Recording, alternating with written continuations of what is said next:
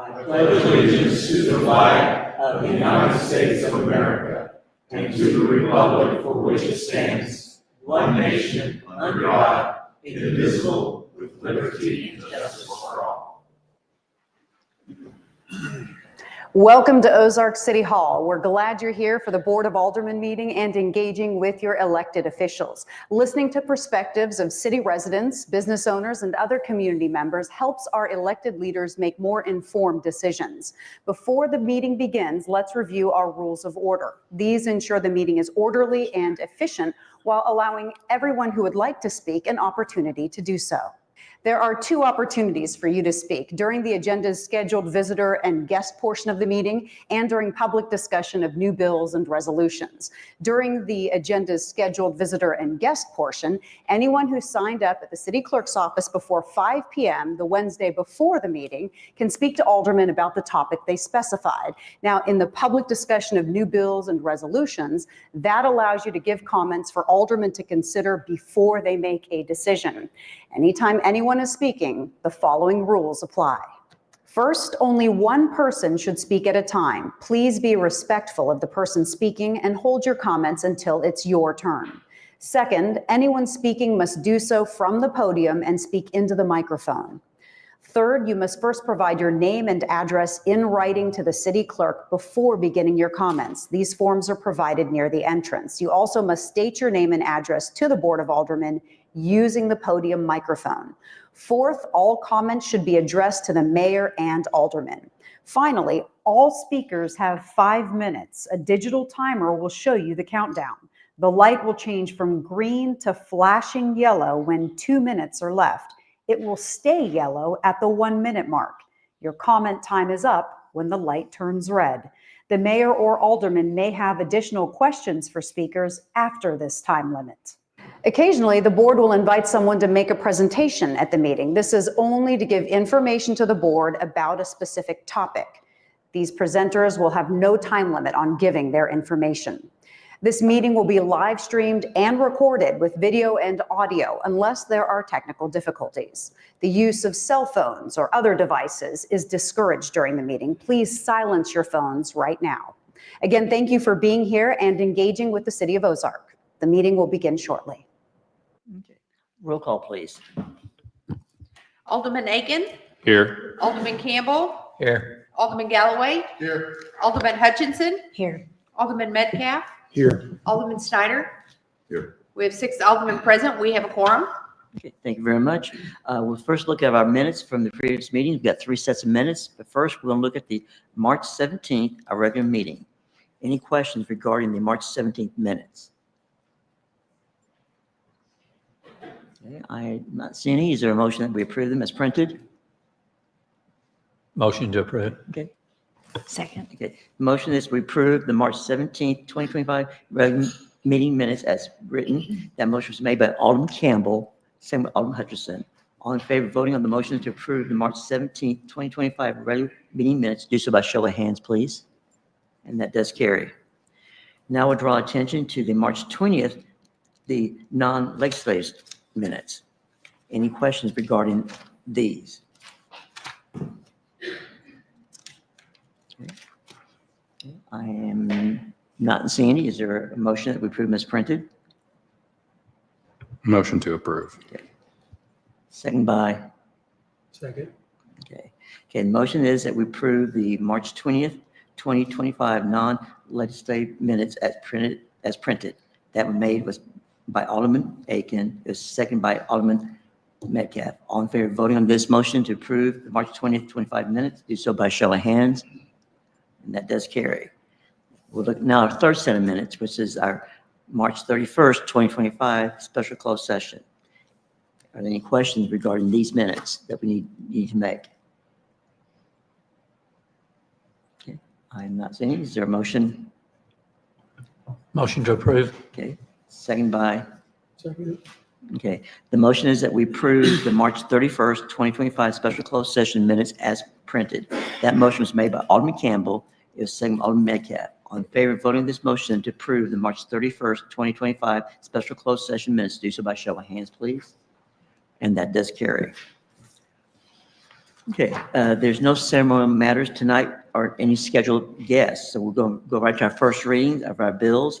And our first bill is bill number 3652. I move to place Bill 3652 on its first reading by title and description only. Okay, do we have a second? Second. Okay, the motion is that we place bill number 3652 on its first reading by title only. That motion was made by Alderman Hutchinson. It was seconded by Alderman Galloway. All in favor of voting on the motion to discuss bill 3652, do so by show of hands. And that does carry. An ordinance authorizing the city to enter into a contract with SWT Design Incorporated for Parks Master Planning Services. I believe we now recognize our park director, Hayden Ponzer. Good evening. I'm very excited to be before you tonight to present this proposal for a contract for system-wide master park planning. And so I very much appreciate everyone being here. Ultimately, this is the next step for our park system. So over the last year, we've talked about projects at Garrison Springs. We've talked about updates and repairs to the facility at the OC. We've taken numerous steps at various facilities, including the new Grubauer pool, to make sure that those facilities are getting up to the standard that we would like. But now is our chance to start thinking about the future. And so ultimately, as a result of our request for qualifications, and I'll talk about that process in just a minute, we would like to bring forth this contract with SWT Design. Two representatives are here, and they'll be presenting in just a little bit, to have a proposal for system-wide park planning, as well as a later contract for specific site planning at Garrison Springs. Our city code calls for an RFQ in situation when professional services are needed. In this specific situation, we're engaging with a landscape architect, which is one of those professions outlined in our city code. Ultimately, a selection committee in this situation was myself, our Assistant Parks Director, Marissa Hodges, our Assistant City Administrator, Cameron Smith, and I have no idea where he is in the room, our Public Works Director, Jeremy Parsons, who sat on that committee. They grade each firm of the 7 submittals that we had. They grade each one in a fair and equitable way to ensure that we're finding the best and most qualified firm. After that, we get to start negotiating to ensure that the contract meets the city's needs and appropriated budget. So as I said, after going through that RFQ process or that request for qualifications, we did land with SWT Design. And so switching gears, talking about what a master plan is. And I don't know if my clicker is working, Maria, but if we could move forward. This is our chance to provide a long-term roadmap for our parks, trails, and recreational facilities. Our previous plan was adopted in February 2018 by the Board of Aldermen. Ultimately, in that plan, some of the highlights that we did engage with was the inclusive playground at Grubauer Park. I had the chance to go around with Randall, our planning and development director today, and one of his staff, Megan, and see all of our park properties, and the inclusive playground was packed, as it usually is. Garrison Springs was another high value or a high wanted area, as it is a natural area park. And that was called for in one of the top 5 items. And then eventually, we do have design work for a nature center, which is something that we would like to pursue down the road. Of course, you all have seen the updates to our park system and know that other identified pieces have been done. This plan that was identified in 2018 will still serve as the foundation. Where we have been is an important part of our story as we talk about where we will go. Now, updates to the plan are necessary. As everyone knows, the state of recreation has changed. The world has changed since 2018. How people engage with their parks has changed. I will throw this one in there. Pickleball is not mentioned in our 2018 Master Parks Plan. I would warn a guest that you'll see pickleball in this Master Parks Plan, as that is the trend now, along with many other things that this firm would identify on a national basis.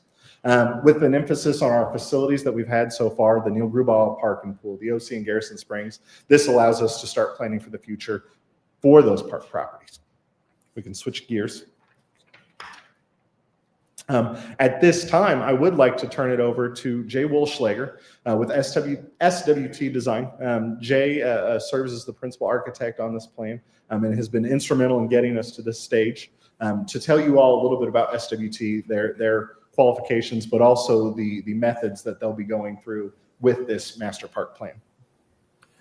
Great. Thank you, Hayden. And good evening, Mayor and members of the Board of Aldermen. Are you able to hear me okay?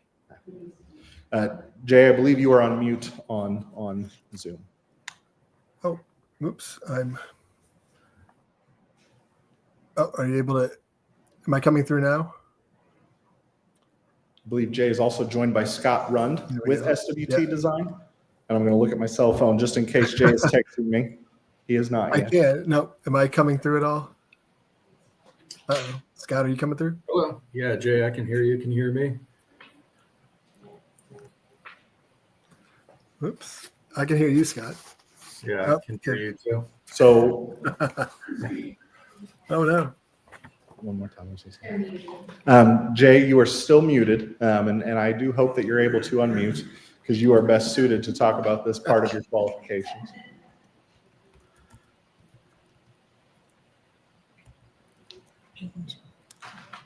You guys able to hear us now? Are we coming through yet? Yeah. He says he is unmuted on his end.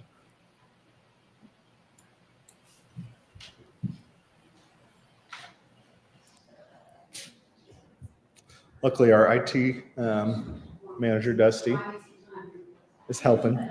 So as I was saying, ultimately, this Master Parks Plan is very exciting. As we enter a new era at Ozark Parks with new staff and leadership, this is our chance to really come together with the community and identify what do we need from Are our we coming parks. through yet? That's been something that I've valued all along. You're going to hear from probably our Friends of Garrison group, maybe some community organizations to this night.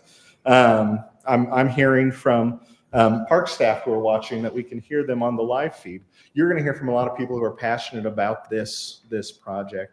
At the end of the day, these are Ozarks parks. And so one of the things that I've really talked to SWT about is how do we get the community involved? How do we get the organizations involved? These are not Hayden Ponsar's parks. You guys have trusted me with the position of director, but at the end of the day, I get to be at the OC and see 500,000 people go through, and it is those people we serve. It's their park system and everyone who doesn't go through the OC. It's the kids who are playing on the playground today. Ozark schools were out of school, and that playground was packed nonstop. Neil Grubau Pool will open Memorial Day weekend, and it will be packed nonstop.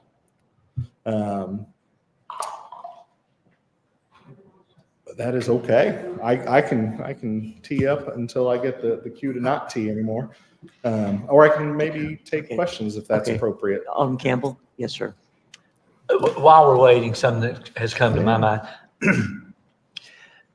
This company's out of St. Louis, so it's about a 7-hour round trip, more or less. Were there any, and I'm guessing that the guys, our people, just entered into the score somewhere or another. Were there any local or more local companies that submitted to the RFQ? So with that question, yes, there were some companies that had local offices. Now, some of the subcontractors that SWT Design will engage with do have Springfield-based offices. So SWT as the head office is based out of St. Louis. SAP does have a Springfield office, and then Ballard King does travel as well. They're based out of Columbia, but with all of these firms, they do have that ability to engage. I believe most of our staff meetings will be conducted digitally. But to go back to your question, I do believe there was one firm that was semi-local with a local office, and then the bulk of the rest were St. Louis or Kansas City based. Okay.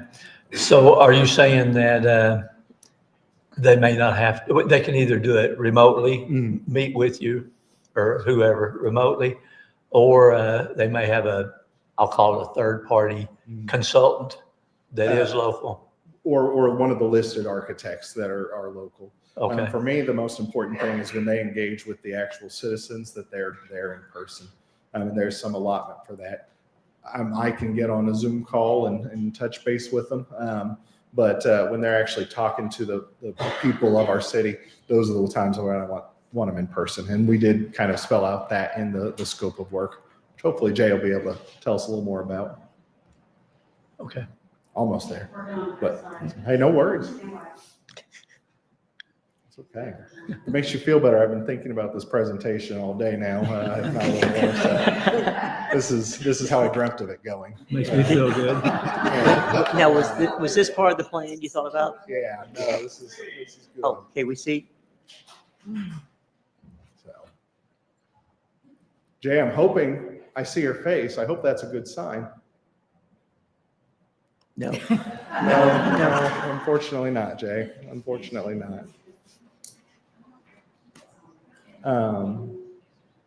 Is there?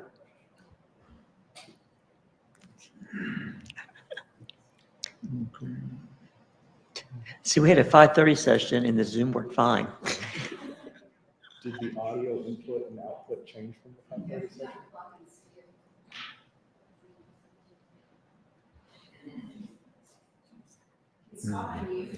Can we unmute Scott?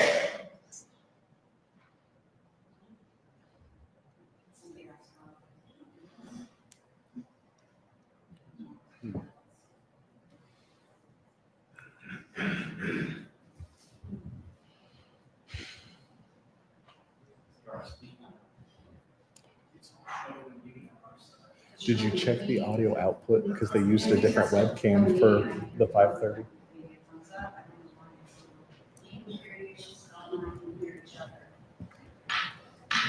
This is on Zoom.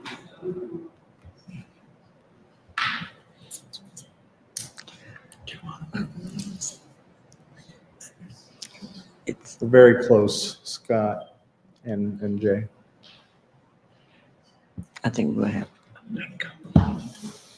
Your Honor, if there's any other direction you'd like, I do know that Jay and Scott plan to be available via Zoom next, or whatever device next week, or 2 weeks from now. I can run through their qualifications real quick so we can continue to move on. Yeah, because I think, unfortunately, With my phone here, Jay can shoot me a text if there is an urgent answer. And I do believe that may be his laugh. Oh, can you hear me? Am I coming Oh, through? there we go. All Fine. right. Is that me? Are you hearing me? So Jay, I think I'm I've going to got- happily hand it over to you at this time. Oh, good. All right. You able to hear me? Will I need to share my screen then with the slides, or do you have them up still there? Because I'm not seeing any. Please share your Uh, slides, share your screen. Okay, let me pull those up then. Give me just a second. I didn't. Sorry about that. I will.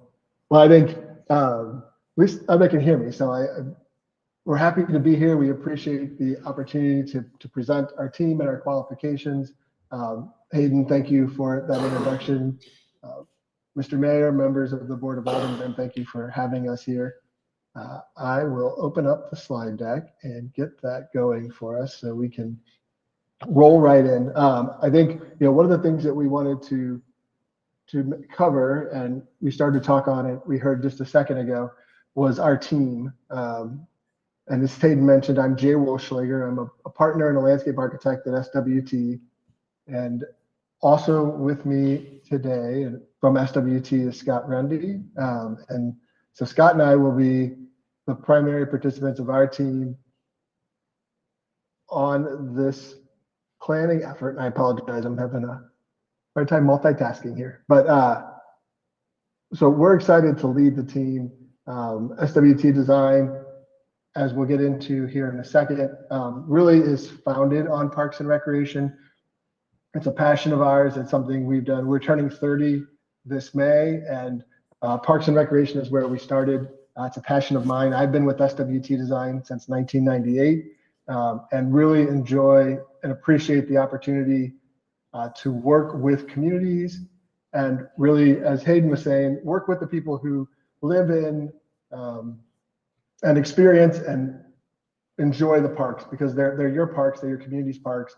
We want to help be conduits to think about and envision and really develop what the future, what the vision of those parks can be and should be for the community. So with that, I have my slides open now, and I will share that, and we can roll right through.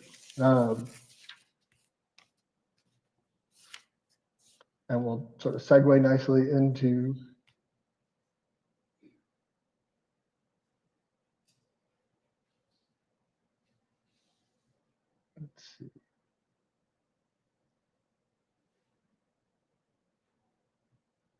That's good. Are you able to see my screen now, my slides? Yes, we can. Excellent, thank you. So I will jump right ahead. So team, I mentioned myself and Scott, in addition to the two of us, Chantal Block, who is a civil engineer on our team here in St. Louis, will be a member of the team kind of as needed, especially as we get into more of the park specific recommendations and thinking about opportunities and needs and bring that layer, that perspective as a civil engineer, in addition to our view and our role as landscape architects and planners. And then Hayden mentioned we do have other team members, strategic team members that we think really strengthen our team and provide expertise and location that's really critical to a plan like this. So we have SAP design architects on our team who we know have worked with you all in the city of Ozark in the past. And that continuity from the OC and the feasibility study that they did last year, and just their experience and knowledge with the community will really strengthen our opportunity to bring forward a plan that's right for the community. And then we have Darren Barr and Ballard King, who Hayden mentioned, are out of Springfield, or out of Columbia, and their focus will be on programming and sort of the internal operational sides of the department. So our role as lead will also be on the sort of the outdoor spaces, the parks, the amenities, the recreation. Darren's focus will be on the programs and organization. And then the SAP team with Christy and her team members will really look at the architecture and some of those park elements that happen throughout the system and really start to brand and identify a Ozark Park and the city of Ozark Park system. So this is our team. We're really excited about our team. The faces on the screen, maybe less Chantal on a regular basis, will be the individuals that you'll see throughout the process. And as Hayden mentioned, with SAP being in Springfield and their connection to the city, their ability to be present when needed, if it makes more sense to just have them be there and the travel unnecessary on our end.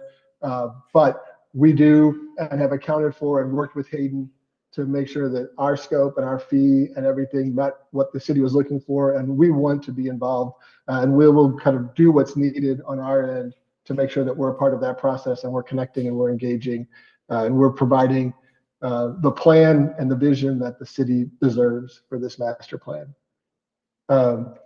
I mentioned our background in parks and recreation, and we are really an integrated design firm. We're landscape architects, planners, civil engineers, horticulturalists, urban designers, as well as parks and trail planners. I mentioned that's our foundation. We also have a focus on sustainability, which really comes in many factors. It's thinking about human health and well-being.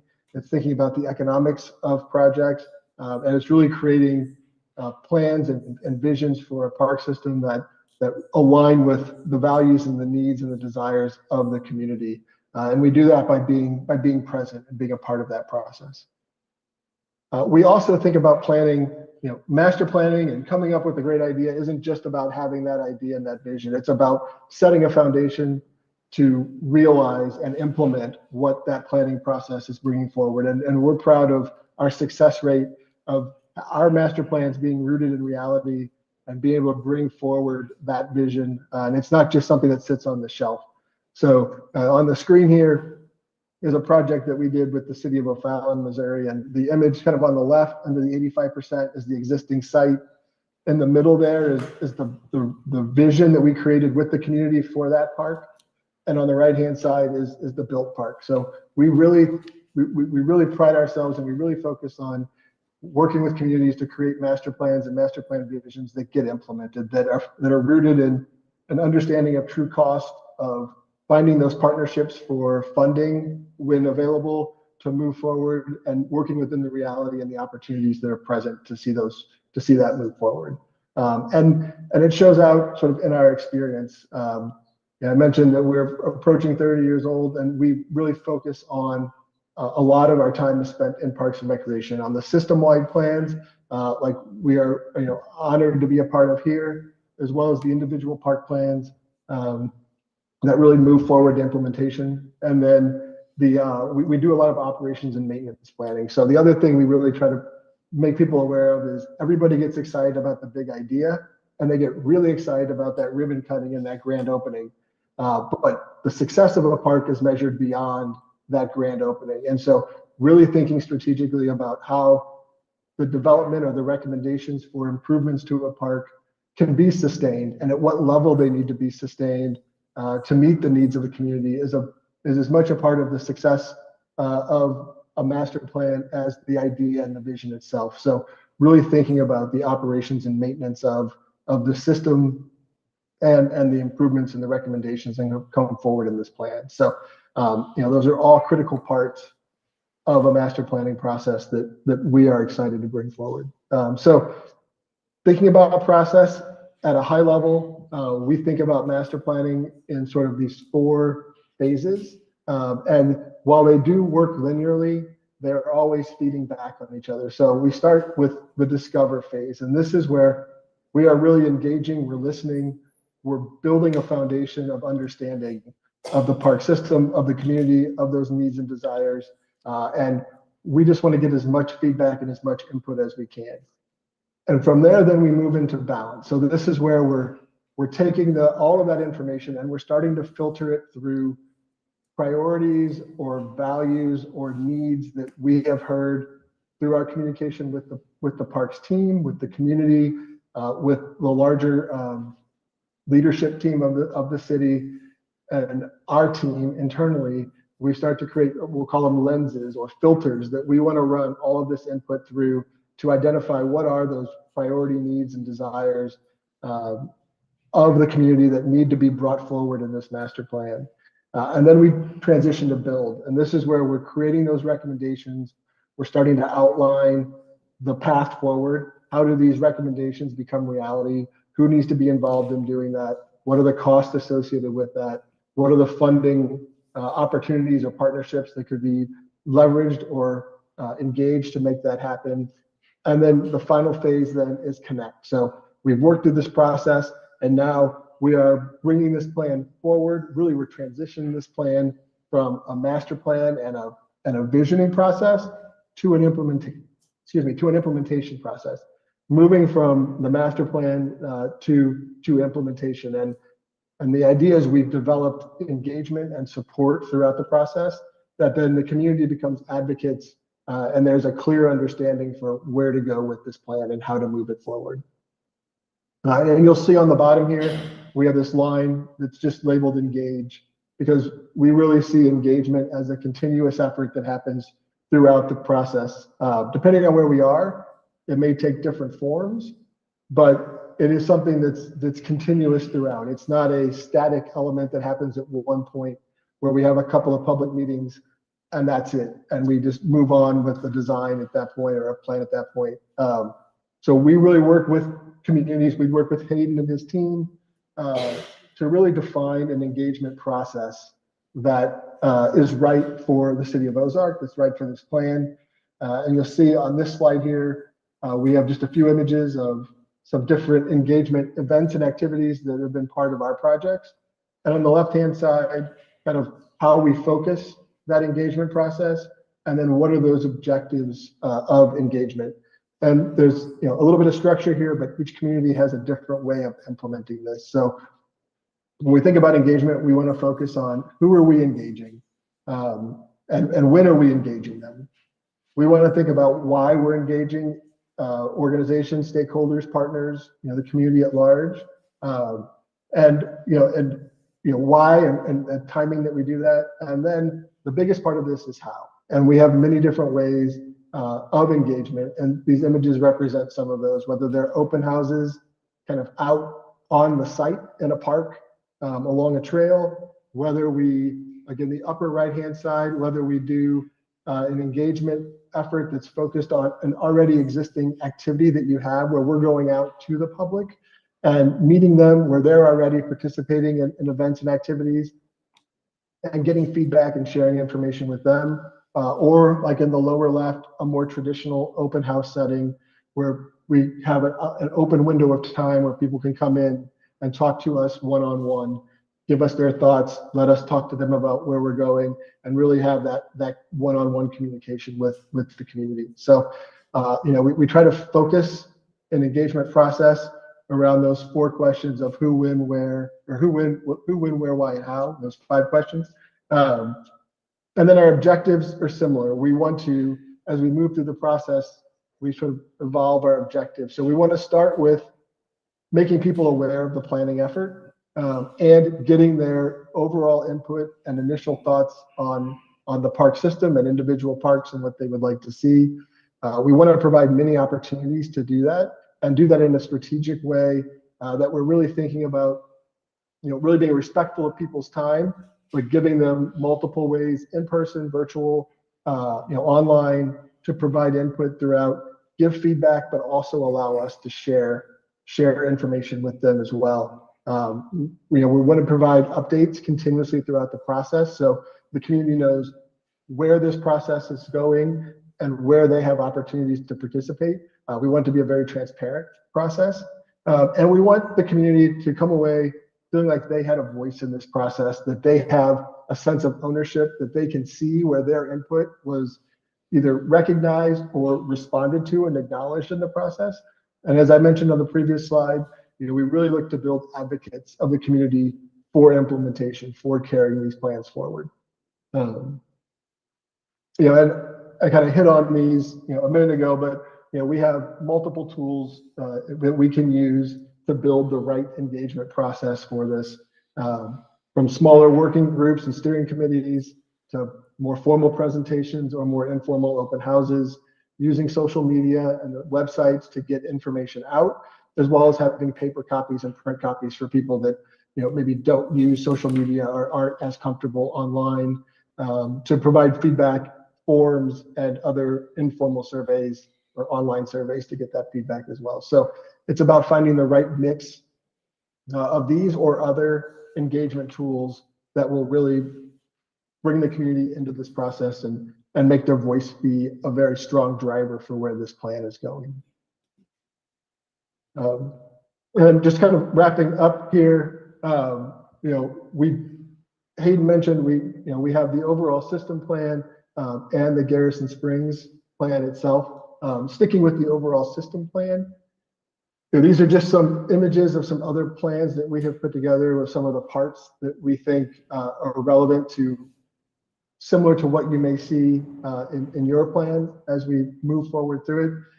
But our focus on the master plan, the system plan itself, is to really think about, I mentioned earlier, sort of maintenance and needs and an approach to how that gets brought forward for the community, for the system, and for the department. Thinking about recreation and programming offerings in the parks and what that looks like and how we might build those or reinforce what's already in place or enhance or expand upon what's already in place.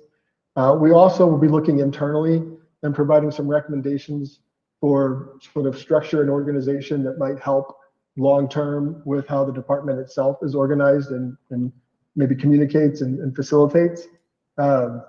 And then looking specifically at the parkland itself. So inventorying all the parks that you have, understanding what's available, getting a sense of the condition and the level of service that they provide as a starting point and a building block, and then using that to sort of prioritize and identify recommendations within the overall plan itself. And then the action plan, we can, as I mentioned earlier, we can do all this work, but if we don't give you an understanding of how to move forward, the value of this plan is significantly diminished. So thinking about phasing and priorities, driven by the community, also driven by what makes the most sense or is required from sort of an order of operations standpoint, to see things happen sequentially, but then having an actual implementation action plan that, as you mentioned here, looks at costing as well as the funding mechanisms and the entities or the partners that are required to see that to be successful. So the images here, the ones on the left are just sort of a concept plan for a park with some what we call inspiration images down below that start to show what some of those elements might look like or could feel like within that park. And then on the upper right-hand side is looking at an overall park system and the types of parks that they have and sort of the service areas that those parks provide, to maybe start thinking about, are there areas of the city that are underserved by the parks, or that we need to be thinking about strategically what's offered in the parks, or where there might be a need for additional parkland or less parkland, but really understanding the level of service that a system provides.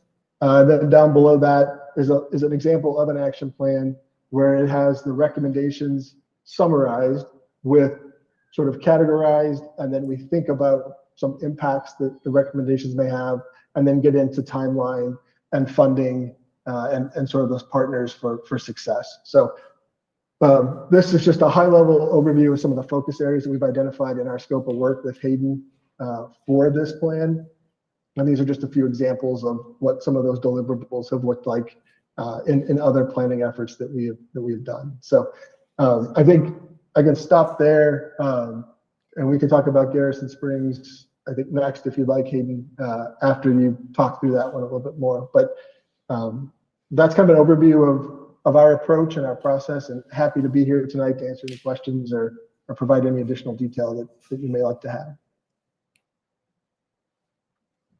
Okay, from the board, any questions at this time?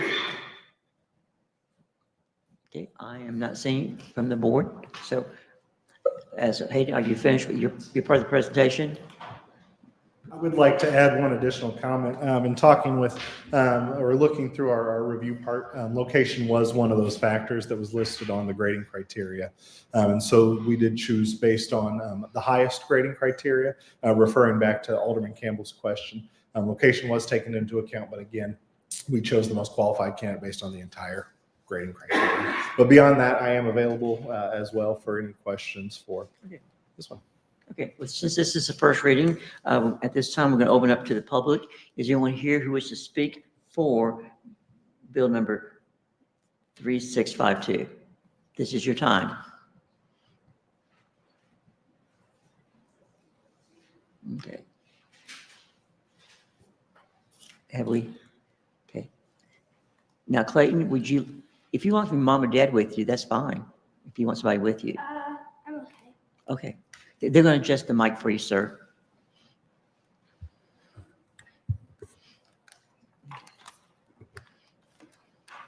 Hello, my name is Clayton Robertson. I'm 10 years old and my address is 1504 East Highview Drive. I'm here tonight to ask your support and to build this skate park in Ozark. We have to drive 30 minutes to Springfield Skate Park, so we only get to go every other weekend, even though I would like to go every day. Here's some reasons why a skate park would be better in Ozark. It would be a safe place to ride with friends and learn and practice cool tricks.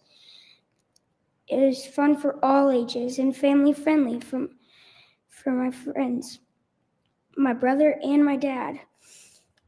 It would reduce tickets written to kids riding in public spaces and being safer options for them to ride. It can bring money to the city through admission, classes, birthday parties, and camps. Some people could rent bikes, skateboards, or scooters. We can get those by donation. I've made lots of new friends and everybody cheers each other on. The older kids help encourage me and with the scary parts of the fall and help me up when I fall. We would have more time to ride, as I wouldn't have to worry about going inside when it gets dark. It would be really awesome if the park can be user-friendly to all abilities. How cool would it be if we have a place where wheelchairs could be a part of the fun? A skate park would also help kids get out of the house and away from so much screen time. After the park is built, the skate park doesn't cost much to upkeep. We can help raise money as a community and use volunteers to keep the park in good condition. Building a skate park will promote community and make us stand apart from the towns around us and increase the physical activity of our residents. Thank you for letting me talk to you all tonight. and for your help to bring my dream of an Ozark skate park to life. Thank you, sir. Thank you. Any questions from the, hey, Clayton? Okay, Clayton, come back. Hey, Clayton, come here. Alderman Campbell has a question. Good job. I don't do that good myself sometimes. But I wonder if you could email that or have that emailed to the city clerk, and then she could distribute it to us. That way, personally, I could read through it and Yeah, kind of digest it a little better. got it. Good job. Okay, thank you. Thank you, Clayton. Clayton wrote me a very nice letter about the need for a skate park. And so that's why he's here speaking tonight. Just let's be aware of that for the city of Ozark. So thank you, sir, very much for being here. Thank you. Okay. Okay. Anyone else here who wishes to speak for this bill for 3652? Oh. Okay. Oh.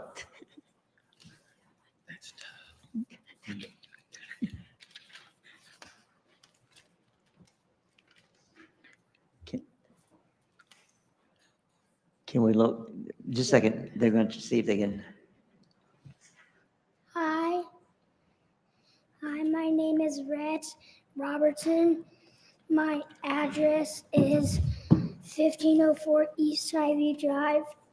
I want a skate park because we drive all the way to Springfield. It is a really fun place.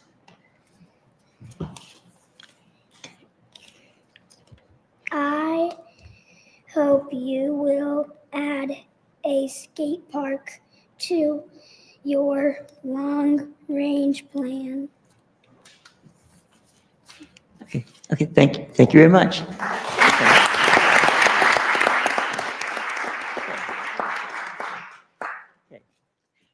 Anyone here else want to speak for Bill 3652? Okay.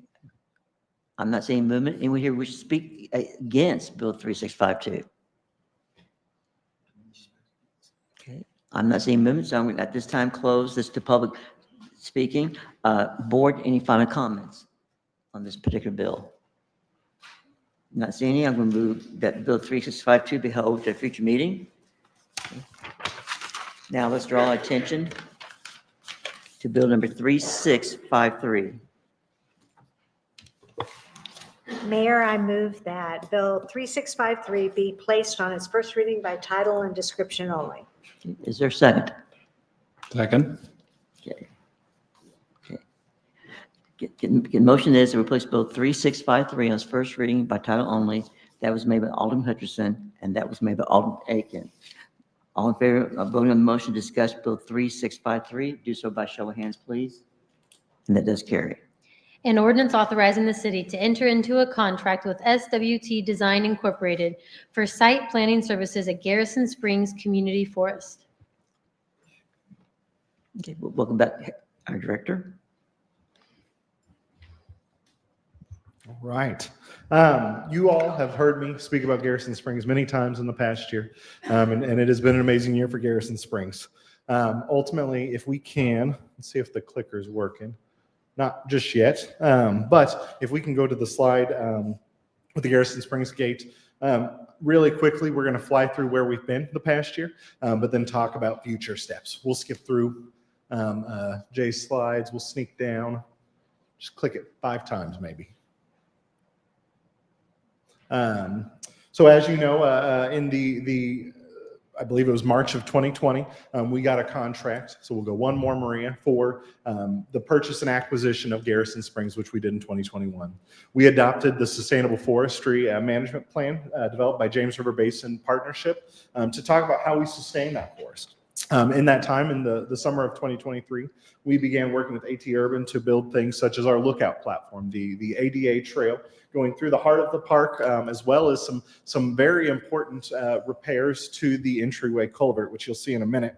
Not glamorous things, but ultimately things that allowed us to work with our parks maintenance team to reopen the park in August of 2024.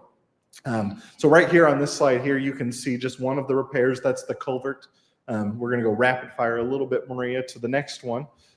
This is what the culvert was before and after that repair. And so I was just asked a little bit ago, can you drive a bus across? And that is one of the questions we asked. You can now drive a bus across. You would not want to on that first photo. Going to the next one, you can see where the ADA trail exists. Those are actually taken from the ribbon cutting day. People you can see recreating on the trails with their bicycles, and then the other one is just empty. Same day, they just hadn't made it that far into the park yet. The lookout platform is one of my favorite spots. I'm a person who really likes to be black and white, so before I say in all of Ozark, I have to think about it. But truly in all of Ozark, it overlooks the springs of Garrison Spring, and that's a critical spot. Again, this is where we've been. That same summer, switching slides one more time, Maria, we developed plans working with local stakeholders for a concept for the Garrison Springs Nature Center. This is something that we have talked about since the grant was acquired, as that house will serve as a nature center. That's something called for in the old master park plan.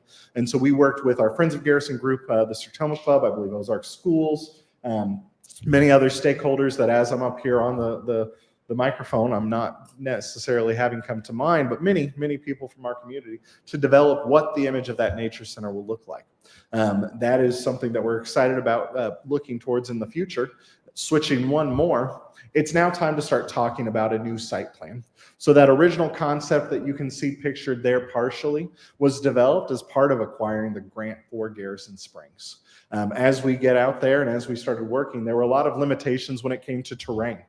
There were limitations that came to when it came to the grant.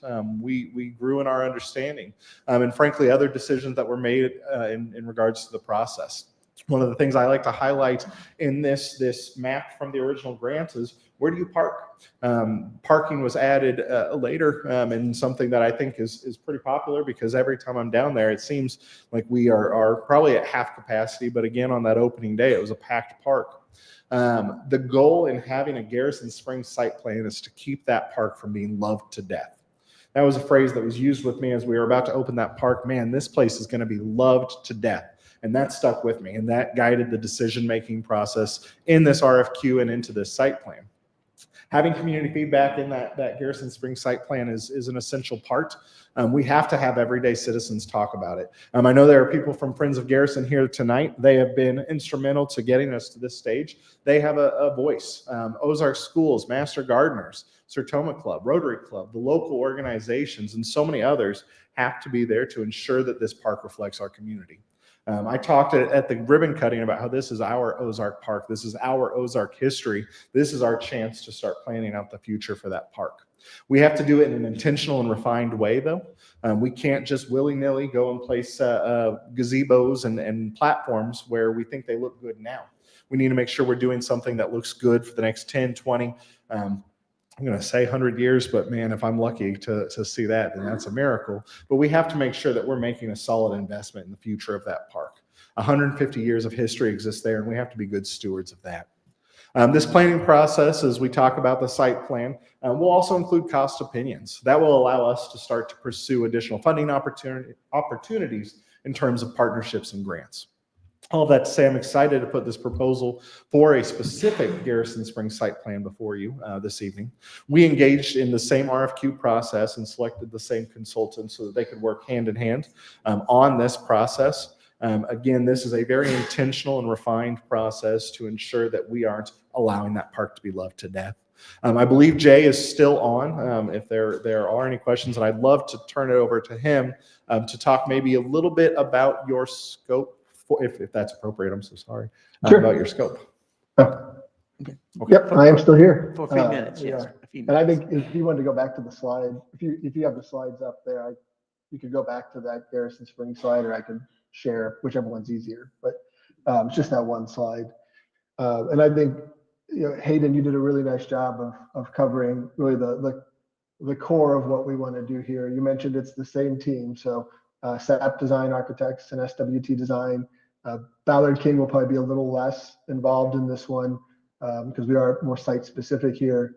And there's been a lot of work done already on the programming and the nature center side of the park and the opportunity at the park. But what we want to do as a team is really engage those stakeholders. Now that the the initial phase and redevelopment and investment and bringing the park back to being a public space. And as you mentioned, Hayden, that sort of loved to death is something that is I think you saw become very much a reality because people just, I think, are drawn to locations like Garrison Springs. And so we're excited about being able to work with the stakeholder groups you mentioned and the community to do a couple of things. One is to really think through how it is functioning now, that it is back, it is open to the public and people are using it.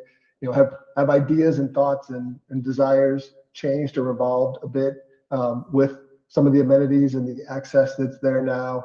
What can we do in response to that? And then what are the next phases of development, light touch, most likely, but access and experience, and really giving people the opportunity to spend time in ways that they may not have been able to before on this site, and maybe don't have access to that elsewhere in their life, and they can come here and be a part of that. So it's the site development and what we can do to do that. It's also thinking about sort of, there's been the focus on the building itself, on the nature center. How do we bring that outside? What are those outdoor classrooms or learning areas that we can do integration with or integrate into what's happening indoors and bring that opportunity outdoors and celebrate that. So thinking about natural resource protection, thinking about the expanded educational opportunities, and really thinking about site access and ADA and accessibility are some of those foundational pieces that we think at this point, we'll find out more as we begin and engage those stakeholders and those partners that will start to drive this site plan. And then as we move through those ideas, then we start to refine it to a final direction, and we start to think about phasing and priorities and costing. And like we talked about in the larger system plan, having an action plan, having an understanding of how to get from where we are now to those next phases and what needs to happen, and setting this on the right course and in the right direction to see that be a reality. So kind of on that slide, again, just some images of some other projects that start to reflect what we may be developing and thinking through with the Garrison Springs site. The large image there in the middle is a site plan that we did for River Forest Park in North Kansas City. So you can kind of see graphically maybe the level of site plan that we will be developing for Garrison Springs. And then to the right of that, the smaller images, the lower one is, early on, we'll probably want to explore some concepts. So we're not going to go right to a final design. We're going to want to think through with the stakeholders and the public some options and ideas, and we'll probably develop a couple of scenarios with different amenities or organization of amenities or quantity and style of amenities, but really want to think through some concepts and ideas. And so we'll do that at more of a diagrammatic level, which is kind of what you're seeing on the lower right there. And then above that, as we start to refine that final design, we want to be thinking about how the plan can be implemented in phases, and each of those phases is a complete project, feels like a complete effort. It's not a trail that stops 10 feet short of what it's trying to get to, and we say that last 10 feet comes in the next phase. We want to be thinking holistically about how we can phase things in.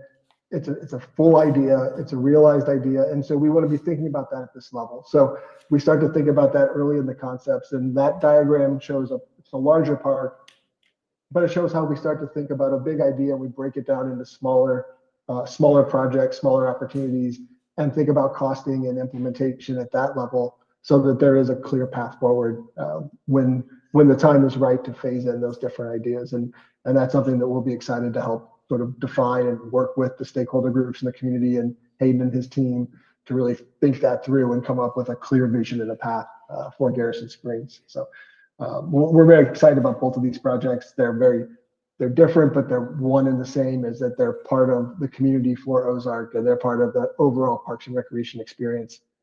So we thank you for the opportunity. Okay, any questions from the board? Okay, I'm not seeing. Since this is the first reading, at this time, I'm going to open up to the public. Is anyone here who is speak for Bill 3653? This is your opportunity. I'm not seeing movement. Anyone here who would speak against Bill 3653? Oh, okay, sorry. Hi, good evening, Mayor and Aldermen. My name is Mark Hartsock. I'm here to represent our Christian County Sertoma Club tonight.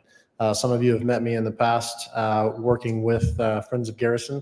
We have a huge interest in seeing something like this move forward. We would love to see a nature center for Christian County, not just for Ozark, but for our entire community. Something like this would be absolutely amazing. So any movement towards that direction, we are absolutely in favor of. So just here to show that support. I have a few other Sertomans in the room with us, but a little bit about our Sertoma Club. We are 4C, our Christian County Children's Charities. Our impact is always to help out kids of all walks of life here in our community. And we absolutely know and believe in our hearts that something like this would be just absolutely wonderful for us. So any direction that we see movement in that direction, we applaud, and we are happy to step up and continue to try to support something like that. Okay. Thank you. I think Alderman Galloway may have a question. I just wanted to thank Sertoma and its interest in Garrison Springs. Yes, thank you. Appreciate it. Okay, yes. Frank Lawrence, 1105 North 15th Avenue here in town. I don't know what I am, the head of a bunch of people that want to help you. It's called the Friends of the Garrison Springs. We can put together a lot of help. We just need to know what we can do for you. We've already raised quite a bit of money. You're needing, after the building's done, you need furniture in it, that kind of stuff. Whatever it is, we're willing to put together people with money that want to help this. So this is a historic piece of property. That's right. This used to be the way to the river, down to there. You had to go by that. There was no highways going down. You went down that, by that area to go south up to the rivers. So anyway, we're here. We're not going to leave you. We want it happening because we need to do this and we're going to have something that nobody around here has. That's right. A place like that historically. So I hope you'll vote for it. Okay. Thank you. So anyone else who wishes to speak for this bill? It's a kind of rush. Anyone else? Okay, anyone who would speak against Bill 3653? This is your opportunity. I'm not seeing movement, so I'm going to close now to the public time for this Bill 3653. Any final response from the board? Okay, I'm not seeing any, so therefore Bill 3653 will be held for a future meeting. We're now going to draw attention to Bill number 3654. Mayor, I move that Bill 3654 be placed on its first reading by title and description only. Second by. Second. Okay. The motion is that we place Bill number 3654 on its first reading by title only. That was made by Alderman Hutcherson. It was seconded by Alderman Aiken. All in favor of voting on the motion to discuss Bill 3654, do so by show of hands. And that does carry. An ordinance of the City of Ozark, Missouri, amending Chapter 120 Parks and Recreation by adding one new section, Section 12060, regarding the use of metal detectors and prospecting. Okay, and I guess we'll welcome back Hayden again, Director Hayden. It's not my intention to be a parks-dominated night, but ultimately it's something I'm passionate about. We're talking about the planning in the first two bills. Ultimately, we're going to start talking about protecting what we have in the next two. This first bill talks about metal detecting. Really briefly, ultimately, we're trying to propose changes to our city code to regulate the use of metal detecting in our parks. For those who aren't familiar with it, metal detecting is a hobby, very popular, or popular amongst those hobbyists, looking for coins, buttons, historical artifacts, anything metal. They also may seek out valuable metals like gold, silver, or copper. And that is prospecting. One of the bigger issues that we encounter with this specific hobby is that when something is detected, it is then excavated. And that is an issue that we'll identify in a bit, often with hand tools, sometimes with larger scale tools, but they do dig into the earth to remove said item. Switching gears to the next slide. Ultimately, our goal is to manage liability on city property. In Finley River Park, this is already an issue that we encounter. Individuals will go metal detect in Finley River Park. They will then dig up parts of Finley River Park, and then they will leave holes in Finley River Park. And that is a tripping hazard and not good on that end. And our parks maintenance team has to address that. Furthermore, they're not always aware of what is underground in the areas where they're digging. Throughout the park, I do know that there is electrical and gas, and I do believe on the east side, or I'm sorry, on the east side there's gas, there's electrical and water lines through the park. I'm hoping Cameron can just remember off the top of his head that map. But we do want to know what's underneath where they're digging. In talking through this ordinance, this will give some control over those moments of digging to ensure that it's done in a safe way. Finally, we want to protect the land and artifacts that belong to the people of the city of Ozark. Garrison Springs is a new site for us, but it's a site with 150 years of history, if not more, 150 years of history from settlers dating back to the Civil War period. With the park now open, an ordinance such as this will allow those assets to be protected. There are caveats in this where if metal detecting is ever allowed by the director, those artifacts must remain a part of the city of Ozark. Those are things that should be able to be seen in a museum, whether that's in the Nature Center at Garrison Springs or if we work with local partners to ensure that it's displayed and shared in a controlled way. So those are the biggest pieces. Ultimately, I'm happy to answer any questions in regards to our bill on metal detecting in our parks. Any questions for our director? Yes, Alderman Snyder. To your knowledge, has anything ever been recovered in the park that is related to Civil War era? So I can't speak to that because right now the Parks Department has no role in the metal detecting. I have heard of individuals who do metal detect. I do believe, and this is all in casual conversation, where people mention, oh, I found coins, I found bullets. Of course, there are, the Finley River goes straight through our town. Things can wash up. Finley River Park was a Civil War campsite, I believe, if I'm not mistaken. And so those artifacts certainly could have been found, but unfortunately, we at the Parks Department have no way of knowing because this ordinance is not in effect. Thank you. Okay, anyone else? Okay, thank you, sir. Again, first reading, and therefore I'm going to open up Bill 3654 to the public. Anyone here who speak for Bill 3654?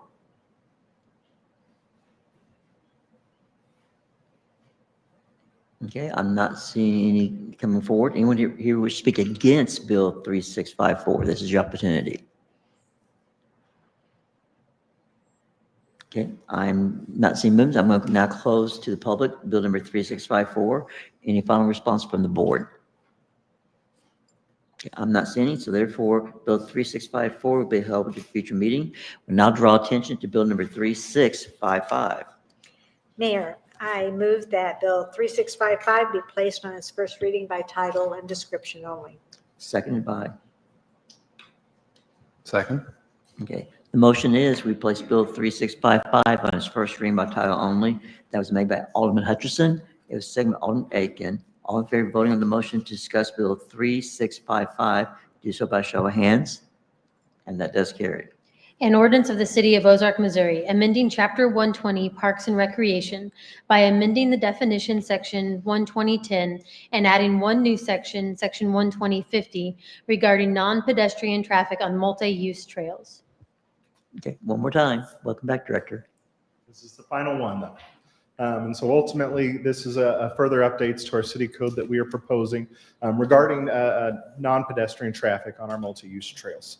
And so if we can skip to the first slide, I want to emphasize that one of our goals is we want to allow for the use of e-bikes alongside pedestrians and traditional bicycles. As recreation changes, e-bikes are becoming a critical part of that recreation. In fact, I believe Randall and I were together today on our little tour of parks, and we saw two e-bikes at the corner of 3rd and Jackson, or however you would describe that, maybe not corner, at 3rd and Jackson. But furthermore, as recreation and as these vehicles evolve into different formats, we want to ensure the safety of all pedestrians and other trail users. And so that's why we'd like to bring forth this proposed change. Jumping to the next slide. You guys know our trails are growing. I won't linger on this one, but we have a lot of trail coming in, and the infrastructure for trails is changing too. We're going over Highway 65 in the next year, and that's an exciting thing. You guys have heard our Public Works Director, Jeremy, talk frequently about the Chadwick Flyer, and in our role at Parks, it's our duty to be stewards of what Public Works is creating, and this ordinance will allow us to do just that. Switching gears to the next one. So like I said, we want to allow e-bikes. We are not seeking to ban e-bikes because they are a tool to make recreation more accessible. And we want to address those current trends. We have had situations where city staff, including police and parks, have had to respond to ATVs, mopeds, and other non-bicycle e-bike scooter traffic on the trails that have caused safety concerns. It is not good when someone is getting ran down by a motorized vehicle on our trails. We do want to extend existing laws for municipal streets regarding larger vehicles for the protection of pedestrians as well. And so really quick, what is allowed? You guys can see it right there. Top picture is an e-bike. That little red vehicle is a self-propelled wheelchair or a mobility scooter. That is allowed under the ordinance. And then electric scooters are allowed under this ordinance. And then we do have an exemption, of course, for our emergency vehicles, as well as vehicles used by city staff in the performance of their job duties. So Public Works, Parks and Rec will still be able to do what they need to do. And of course, our police department, fire, ambulance can as well. What is not allowed? And so this is what we are seeking to add to the code tonight. We no longer want to allow golf carts, motorized bicycles, motorized play vehicles, motor vehicles, and ATV. On our trails. Now, many of those things are already not allowed on our city streets under city code. Those things are either defined in our Ozark City Code or under the state statute, but we simply want to extend those same rules to our multi-use trail system. And with that, I believe I have no more to add. Okay, any questions for our director? Okay, I'm not saying thank you. Thank you. Okay. Once again, I'm going to open this up to the public. Bill 3655. Anyone here who wishes to speak for Bill 3655? This is your opportunity. Okay. I'm not seeing anyone moving to the mic. Anyone here who wishes to speak against Bill 3655? Okay. Well, not seeing you move. Therefore, I'm going to close to the public now. Bill number 3655. Final board responses. I'm not seeing any. Therefore, Bill 3655 be held to a future meeting. We're now going to draw attention to Bill number 3656. Your Honor, I move that we place Bill number 3656 on its first reading by title only. Second. Okay. The motion is we place Bill number 3656 on its first reading by title only. That was made by Alderman Bruce Galloway, second by Alderman Metcalf. All in favor of voting on the motion discussed, Bill number 3656, do so by show of hands, and that does carry. An ordinance approving a funding agreement among the City of Ozark, Missouri, Genesis Realty and Development, LLC, and Southwest Missouri Baseball Properties, LLC, related to the development of the Ozark Mountain Sports Complex project.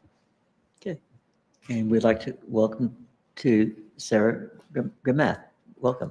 Good evening, Mayor and Board of Aldermen. Sarah Granath with Gilmore and Bell. Again, we're the city's Economic Development Council. Happy to be back before you tonight. The ordinance in front of you tonight, right now, is for a funding agreement. This is similar to one that you've done recently on a project. But just as a reminder of what the funding agreement and specifically this ordinance authorizes. So as you all are aware, the city does not have its own funds to expend to evaluate and give due consideration to proposed projects that are requesting economic development incentives of the city. This funding agreement is a contract that the proposed developer enters into. It allows the city to expend costs related to the consideration of the economic development incentives, and then to have those costs paid for by the developer. The funding agreement provides that these costs will be paid whether or not you provide approval of incentives, but it is, again, to hire those outside consultants. So one of those would be myself, my firm, on the Economic Development Council. The ordinance tonight specifically also authorizes a firm called Baker Tilly Municipal Advisors. They provide economic analysis to help substantiate but for factors and the need for incentives, how the incentives will fare, and things like that. And so our two firms are specifically called out, but it also authorizes, with advance notice to the developer, any other outside consultants that may be necessary in the proper evaluation. The only other thing that I want to highlight with this is that this is not an approval of incentives. It's not an approval to move forward with the project or to skip any sort of planning or approval processes. This is just saying, before we kind of at the start, before we really get into this, we're going to outline who will pay these costs and who's going to bear that burden. Any incentives, any planning approvals will come back before you at a later date once those discussions and negotiations have occurred, similar to how you've seen on other economic projects. The developer or representatives of the developers are here tonight to talk specifics on what the project would be, but I'm happy to answer at this point or later any questions on the funding agreement and the ordinance specifically. Okay, any questions for Sarah? Okay, thank you. Okay, so okay, let me be sure on the same page. Are someone going to speak, else going to speak? I believe the developer is going to make a presentation or be available to answer questions. Not sure which one the plan is.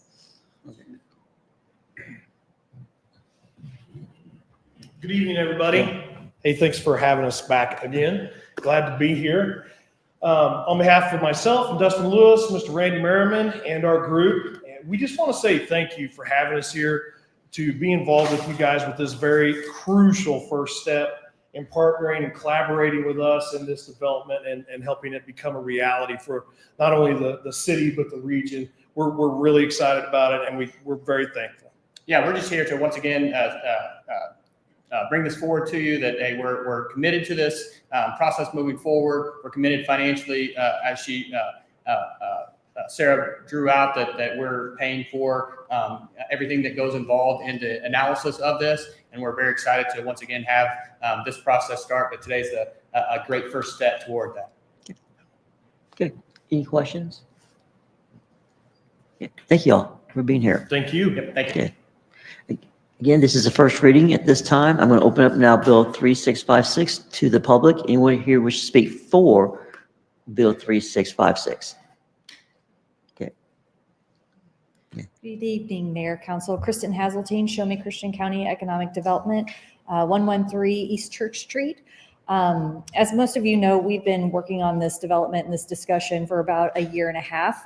And so we obviously are very much in support of moving forward with this funding agreement. This is, again, just that next step to keep the process going. And so we have been in discussion with them this entire time, and we want to make sure that we are all on the same page about how to move the project forward. So again, this is just that next step. The analysis will be done to look at the incentives to see not just what the gaps are and what is needed to be able to go through the process and look at what is needed to get the project complete. So I just wanted to make a quick statement and say thank you for all your time.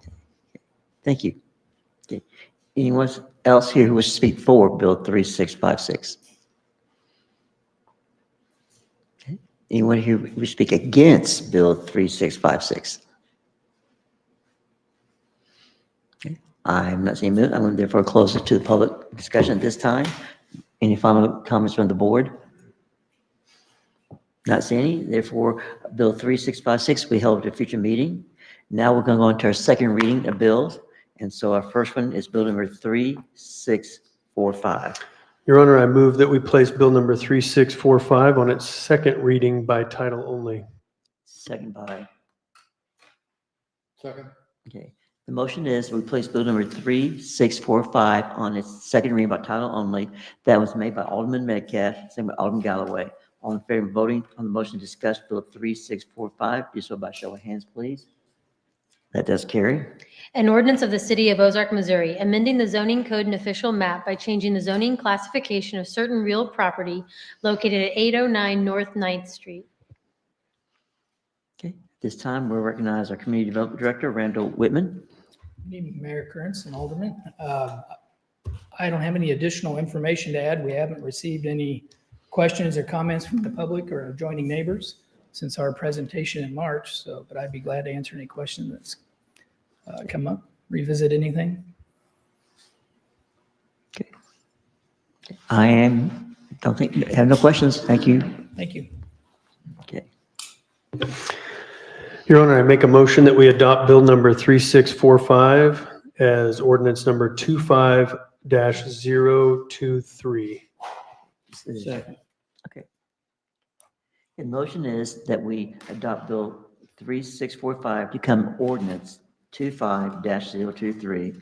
That motion was made by Alderman Metcalf. It was seconded by Alderman Campbell. Roll call, please. Alderman Galloway, Aye. Alderman Hutchinson, Aye. Alderman Metcalf, Aye. Alderman Snyder, Aye. Alderman Campbell, Aye. Alderman Aiken. Aye. We have 6 aye votes, motion carries. Okay. Now we'll draw attention to Bill number 3646. Your Honor, I move that we place Bill number 3646 on its second reading by title only. Second by. Second. Okay. The motion is replace Bill number 3646 on second reading by title only. That motion was made by Alderman Galloway, second by Alderman Hutchinson. All in favor of voting on the motion to discuss Bill 3646, do so by show of hands. That does carry. An ordinance approving a development agreement between the City of Ozark, Missouri and Missouri Commercial Development LLC relating to the development of the Ozark Marketplace project.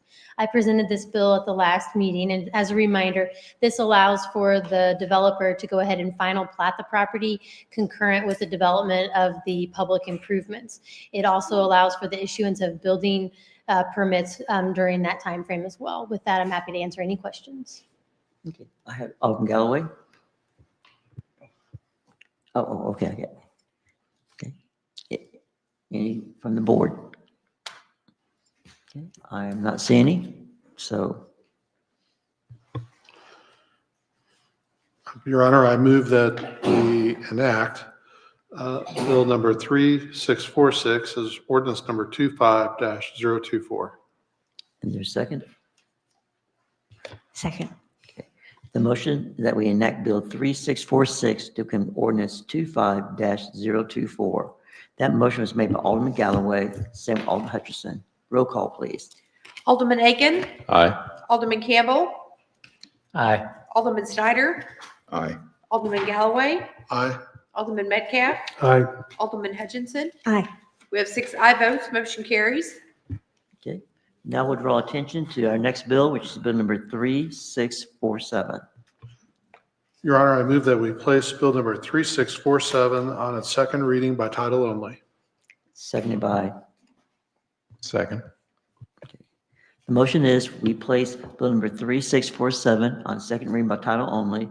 That motion was made by Alderman Galloway, second by Alderman Aiken. All in favor of voting on this motion to discuss Bill 3647, do so by show of hands, please. That does carry. An ordinance approving the petition to establish the Ozark Marketplace Community Improvement District, establishing the district, making findings, and authorizing actions related to the establishment of the district. Welcome back, Sarah. Good evening. Okay, and I will, as you all remember, we had the first reading and presentation on this project at your last open session meeting. So we're not going to really rehash every detail of the project. Happy to answer any questions you may have, but I do want to cover maybe a couple aspects that I know have been the subject maybe of some discussion or just some questions, and make sure that we have full clarity on the project and the incentives. So we'll move forward to the first slide here. I want to just cover again what this community improvement district proposes. And so to take a step back, there are 3 kind of buckets of incentives that a city can offer. We have a special taxing district. That's where you create new sales or property taxes. You have tax abatement, where you remove part of the tax burden.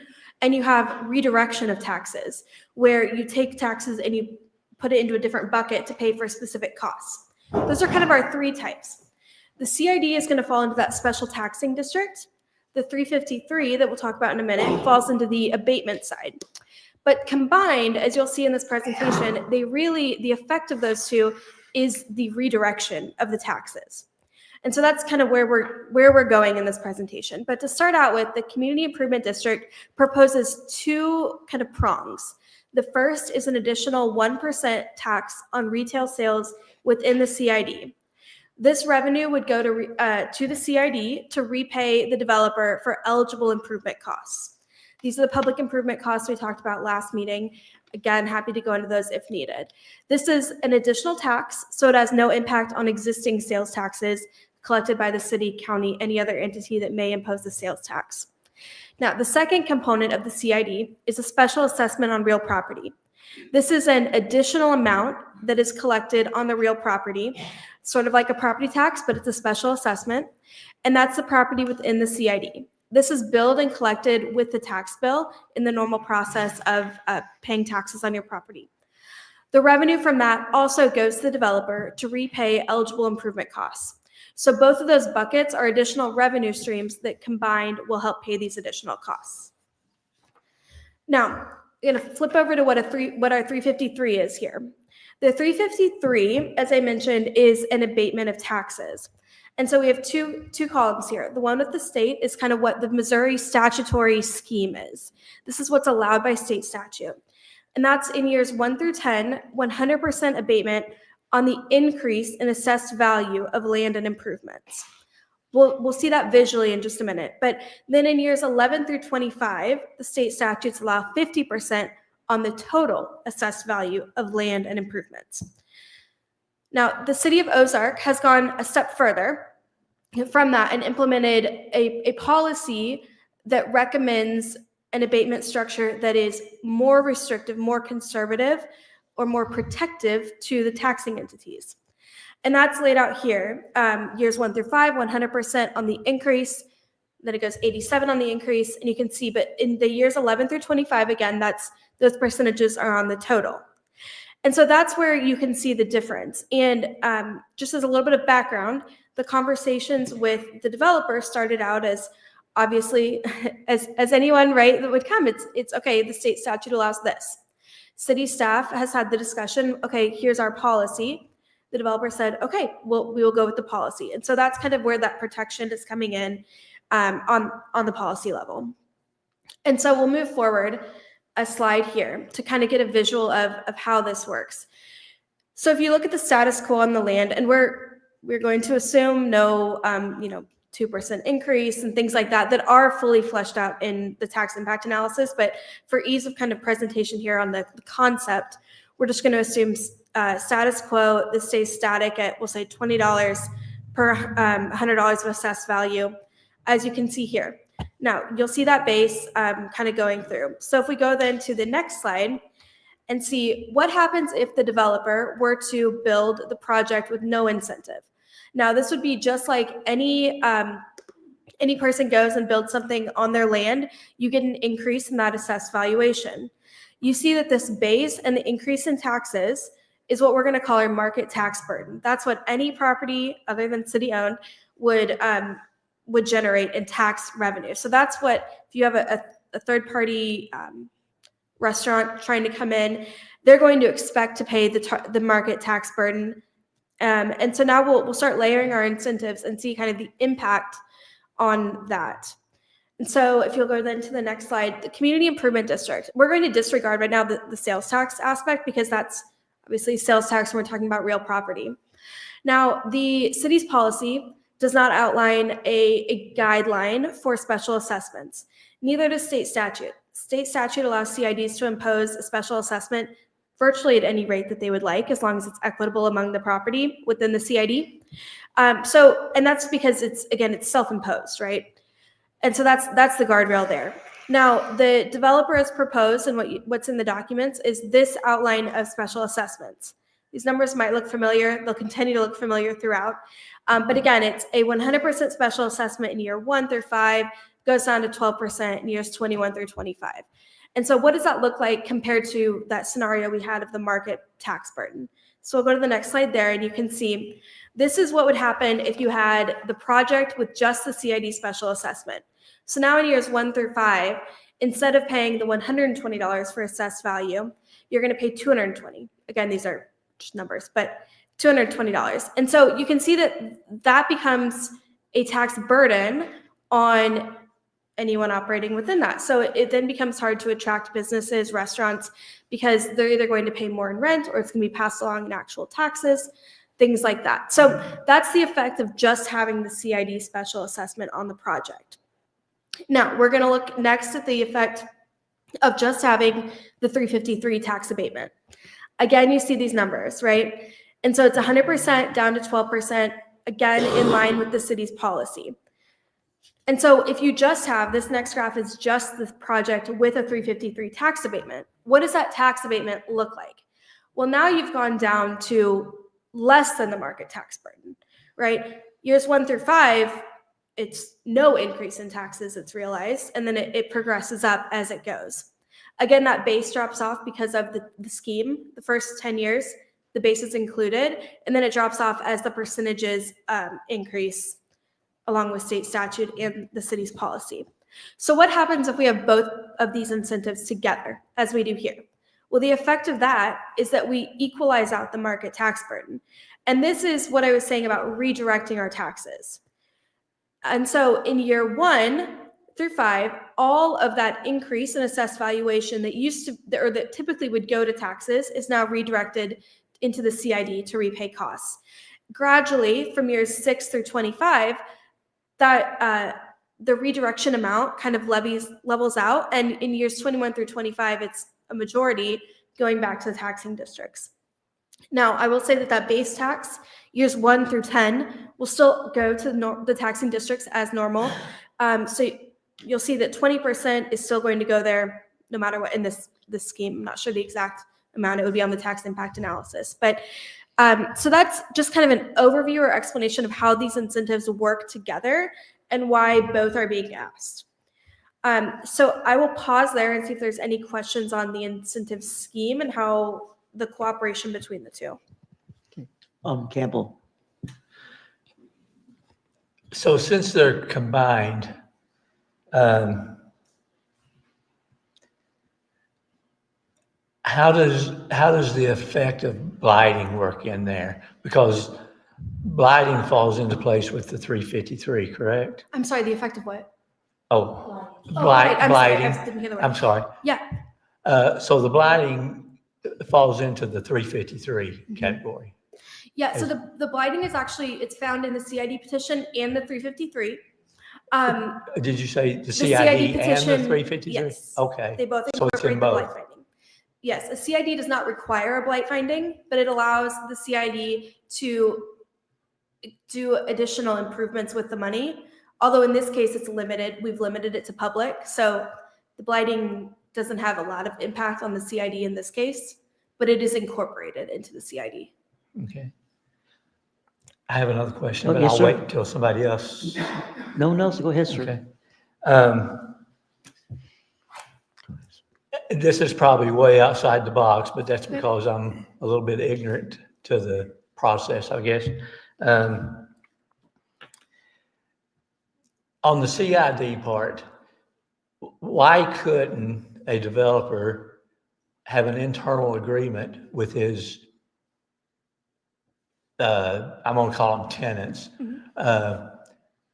to where they agree to pay a penny on the dollar into a fund that they set up, and handle that amongst themselves instead of getting the government involved? Why couldn't that happen that way and come out with the same effect? The tenants could choose to absorb that penny per dollar, or they could choose to raise their prices a penny per dollar or whatever, but you wouldn't be involving the government. I guess that's my question. Why couldn't that happen? So I will answer that from a legal perspective. That could happen. That's a possibility. I would say, and probably the developer is better to speak to this, but I think market-wise, I mean, it would be very hard, I would imagine, to attract a tenant if they know that they're going to have that higher burden compared to other options to locate. But again, that's outside of my scope. Legally, I think that would work. I mean, it's just two contracting parties. Okay. I can let the developer, if you'd like to talk about why that wouldn't work, I can let him do that. I wouldn't mind hearing a developer's opinion on that if they have one. Yes, sir. Brett Rollball, 4640 Stonebrook Court, Springfield, Missouri. I think the answer is kind of like what Sarah proposed before, which is additional hurdles to bring new businesses to town are just that, they're hurdles. I've never heard of an agreement of that. I've been in this business, 20-ish years. Anywhere around here, around the country, I've never heard of a, hey, business, come on in, and once you pay us the developer an extra 1% tax on all your revenue.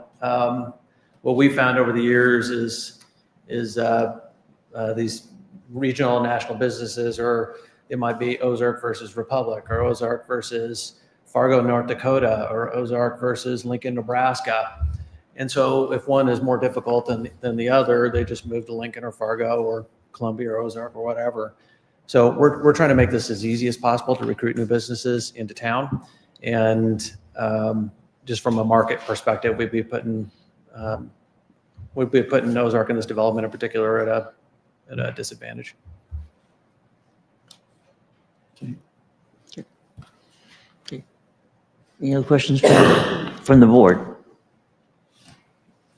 This is our time. Okay. You have one more? Yes, sir.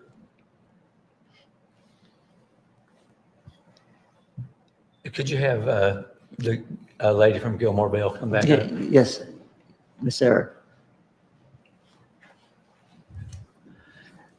I just want to be clear on this one, and I'm probably repeating myself a little bit, but I just want to be clear. So if we vote, when we vote on this bill 3647, which is specifically, I guess, the CID, but the 353 is intermingled there, which also means that the question on blighting is intermingled on this one, on this same bill also. Am I correct in what I'm saying there? So the incentives are separate. A blight finding is involved in both. It is the same blight study, but it's being found in both instances. If you approve this specific ordinance, you are just approving the creation of the CID. And not addressing the blighting. The petition includes a finding of blight. Yes, so you would be making the blight finding in the CID. Okay, thank you. Okay. Anyone else? Yes, sir. Did I understand you correctly that the blighting is part of the CID on this particular ordinance? Yeah, yes, the petition, the CID petition includes a finding of blight, a request that the city finds blight. Thank you. Okay. Anyone else? We'll move on. I'll make sure we're all good. I was going to say one more thing.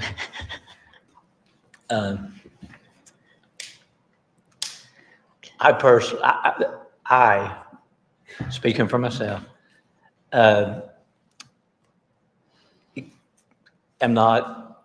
cannot see the blighting aspect of it. And I just want to say that prior to y'all asking for a vote. And I will take this moment just to mention, I don't believe the developer is planning to make a presentation on this item unless there are more questions, but the representative that did the blight study is here in person. I know he was on video last time, so if there are specific questions, he is available to answer that. Okay. Are there specific questions?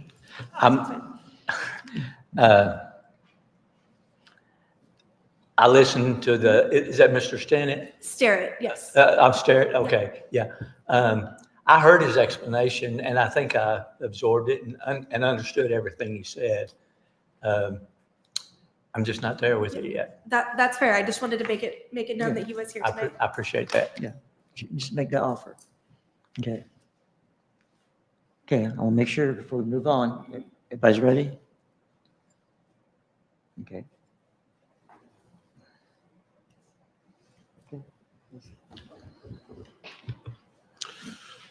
Your Honor, I move that we enact Bill number 3647 as ordinance number 25-025. Is there a second? Second. Okay. The motion is that we enact Bill number 3647 to become ordinance 25-025. That motion was made by Alderman Galloway, second by Alderman Aiken. Roll call, please. Alderman Metcalf, Aye. Alderman Snyder, Nay. Alderman Aiken, Aye. Alderman Galloway, Aye.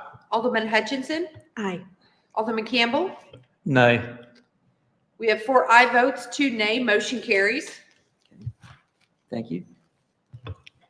Now let's draw attention to our next bill, which is Bill number 3648. Your Honor, I move that we place Bill number 3648 on its second reading by title only. Is there a second? Second. Okay. The motion is that we place Bill number 3648 on its second reading by title only.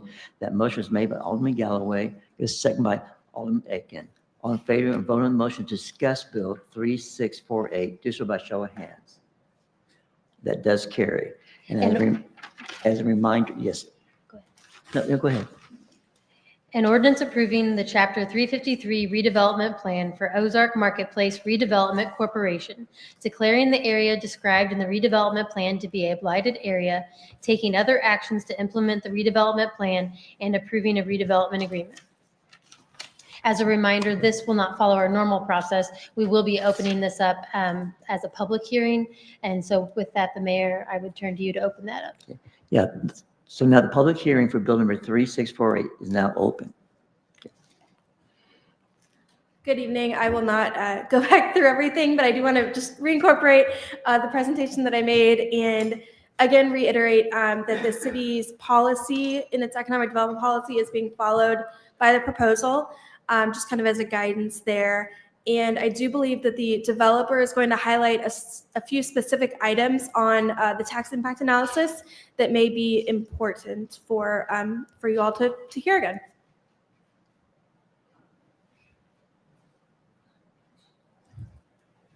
Good evening. Evening.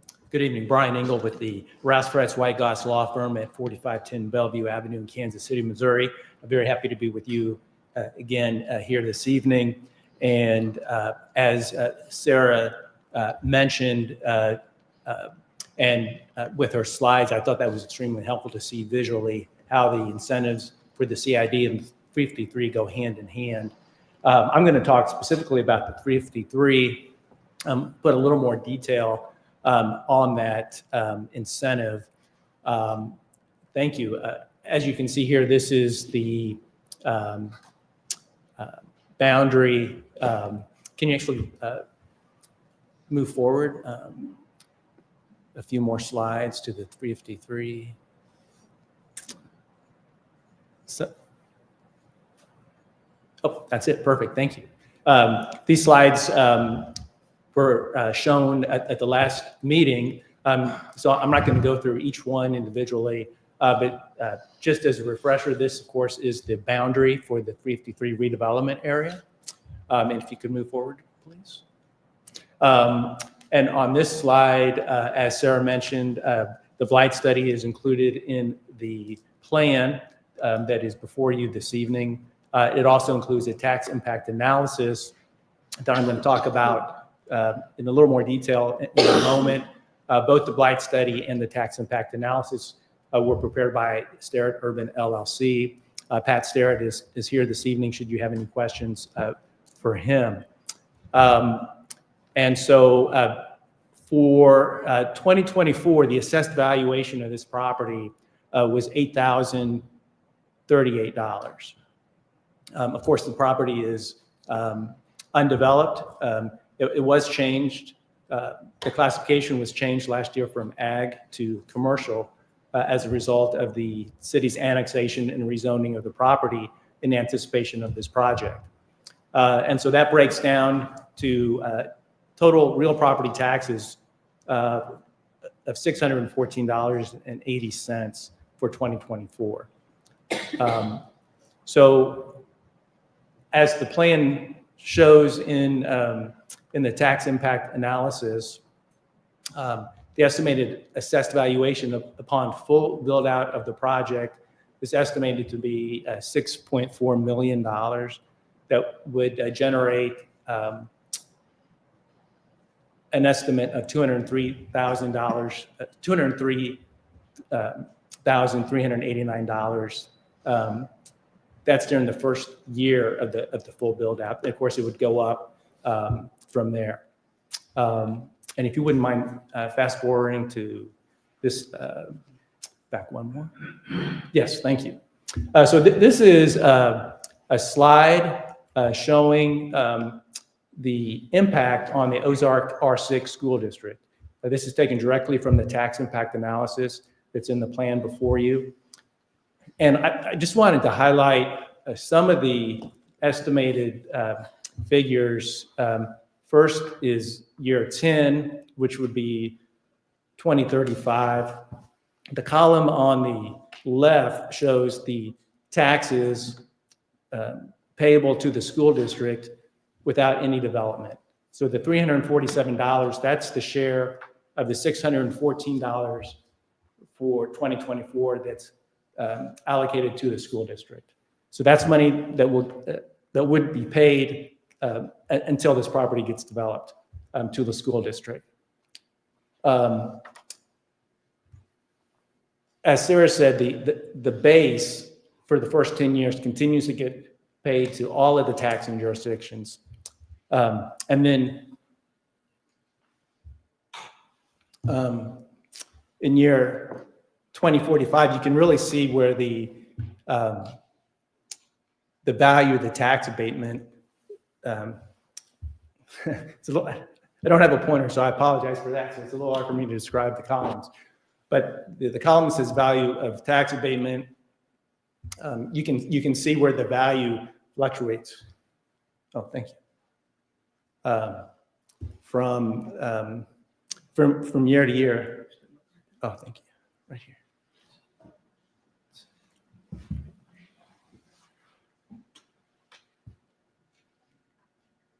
Okay, there we go. Thank you. So in the year 2035, the value of the tax abatement to the developer is $640,716. The total amount payable to the school district is estimated to be $96,086. That's 10 years out from now. And then again in 2045, you can see where the value of the tax abatement now is considerably less. It's $300,991, and the school district, the amount payable to the school district, $512,498. And so the taxes after the value of the tax payment to the developer fluctuates because you've got that as Sarah mentioned, the reduction in the abatement from 100% to 12% over the 25-year term of the incentive. So that's really all that we wanted to highlight. We're happy to answer any questions that you may have about the 353 plan that's before you this evening. Thank you. Okay. Yes, Alderman Galloway, you're first. Just to be clear, well, of course, we're just singling out the school district because it's one of the taxing districts. Correct. But if there's no improvement, they get how much? $347 is the current allocation to the school district. That's based on no development occurring on this site. Okay, so under $400. Yes. And then in the year of the first build out, that goes from $400 to $200,389. Did I hear that right?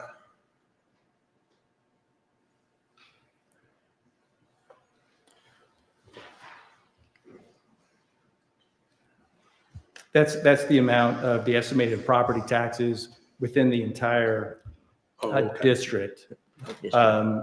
$203,389. That's the estimate. Okay, so I guess in the first year of build out, which would be approximately 2009 or 2029.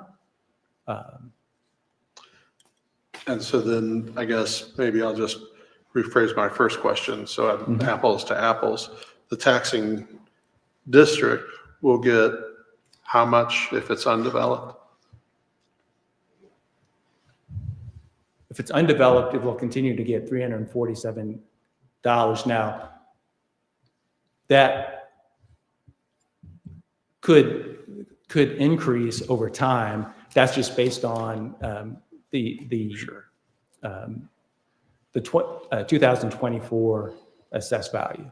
Okay, so it does go from under $400 to $203,000 in the space of about 4 years. If it's developed. Right. Yes. Right. If we approve this development, that's how it goes from $400 in taxes to $203,000 in 5 years. Correct. Or 4 or 5 years. Okay. And then it just keeps getting higher as we go along in, is it 5-year increments or 6-year increments? It's 5-year increments that the abatement reduces according to the city policy. And then after the abatement is lifted, how much money do our taxing districts get? Once the abatement expires, then the property will be fully taxable at that point. And so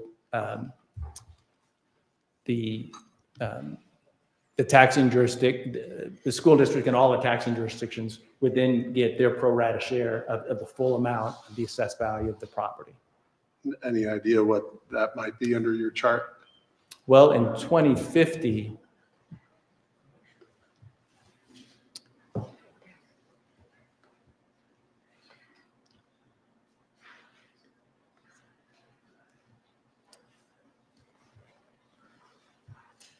the taxes in the year 2050 shows $846,354 in taxes with development but without any tax abatement.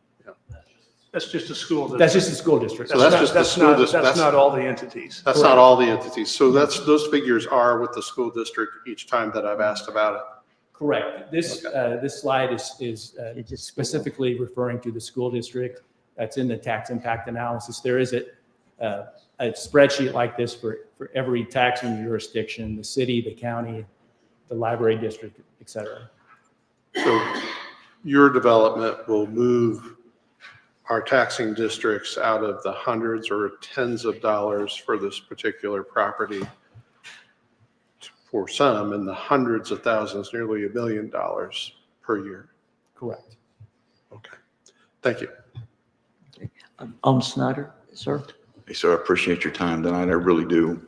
However, I have a couple of questions for you.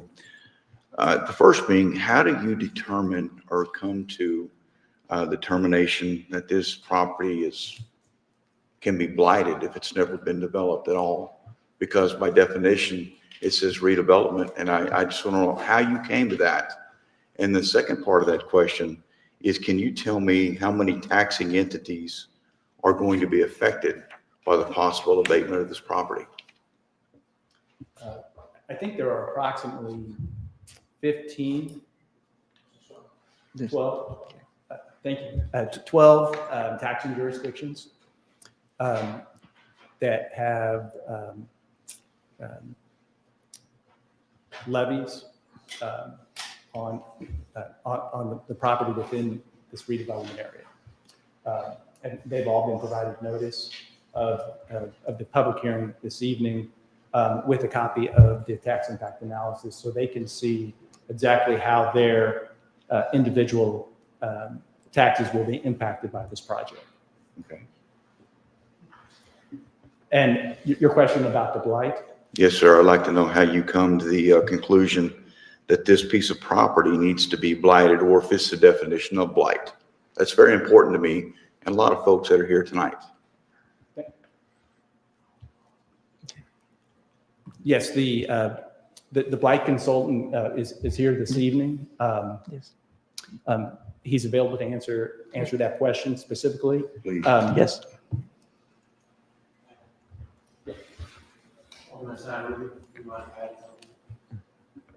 Absolutely, please. Thank you. A couple things to answer the question beforehand. We just looked, it's over $1.3 million annually in estimated additional property tax generated by this development after the 353 is complete and done in 25 years. So that's the total. And I'll let Mr. Sterrett answer your blight question. We hired him to assess this development compared to the state statute definition of blight. But I would like to, if I could, answer your question about how will this affect the 12 taxing jurisdictions, and the answer is it won't, because the school district's $347 that it got in 2024 will continue to be the $347 that it gets in 2025, 26, 27, 28. So it doesn't negatively affect any taxing district in any way, shape, or form. I'd also like to point out that even under the 353, the emergency services taxing districts have the ability to set their own abatement level. So they can't be reduced more than 50%, and they get to set it up to no abatement whatsoever. And so the taxing jurisdictions, the emergency district taxing jurisdictions will have the ability to get the full benefit of the increase in taxes over time starting in 2025. So I just wanted to add that if I could. So. Okay.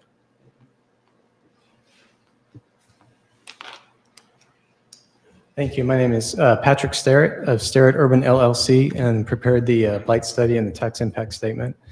My address is 704 Cantor Street in Raymore, Missouri. The statute in the Missouri statutes with regard to the statutory definition of blight all goes back to the same section 99.805 in the statutes, which calls for several what I call cause conditions and then effects. The causes include deterioration of site improvements. They include insanitary or unsafe conditions, and they also include danger to life or property by fire and other causes. Those are your cause conditions.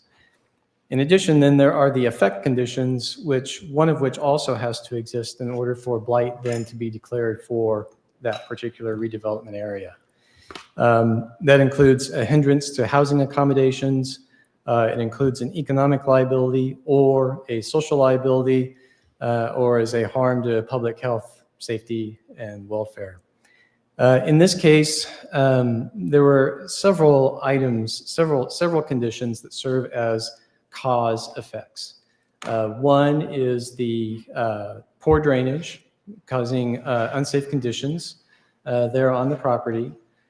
We also took a look at other things that were inhibiting development on the property, including, as it was mentioned at last month's meeting, in fact, by the woman from Show Me Christian County,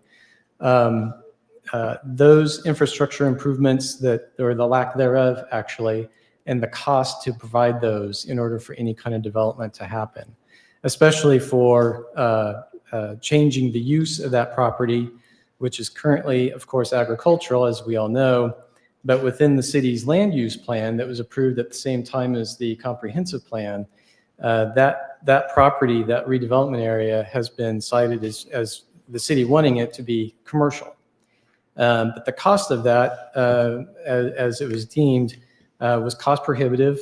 Nobody was coming forward until there was the chance for some assistance, whether that be through 353 or through the CID. Because of those costs being prohibitive and not allowing development to proceed, not only of the infrastructure, but also to address the drainage, poor drainage on the site, that creates the economic liability then that is one of those effect conditions that has to exist for a blight to exist. And so with that, that property, that redevelopment area satisfies that statutory definition of blight. Okay, thank you. Anybody else? I know that Alderman Aiken was next. My question's doesn't pertain to blight, so if Alderman Hutchinson's does, I'll let her go first. Yes. Okay. In common language is not the same, I think, as legal language. And you can correct me, please, if I'm wrong.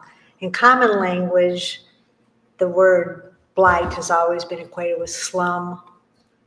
And so that's how many of us always understood it until we realized that this is state statute and it is defined there and is a legal term that has gone through the state statutes and the legislature and also the court systems. And so that's what we're talking about, am I correct? That blight in this connotation is a legal term, not common language term like many of us think. Is that?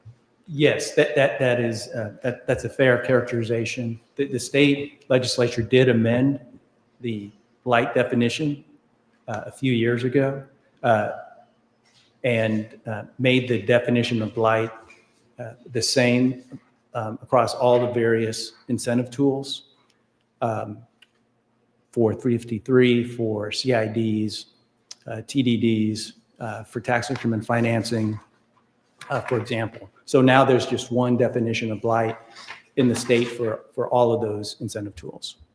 And it's a specific definition in the state statutes. That's correct. Thank you. Okay. Alderman Aiken? I'm not sure who best to direct this question to, but I was looking at the city's economic development incentive policy manual earlier, and there are some guidelines laid out that are criteria that 353 applicants need to demonstrate in order for us to consider the project. One of those is what I guess I would call a but-for analysis.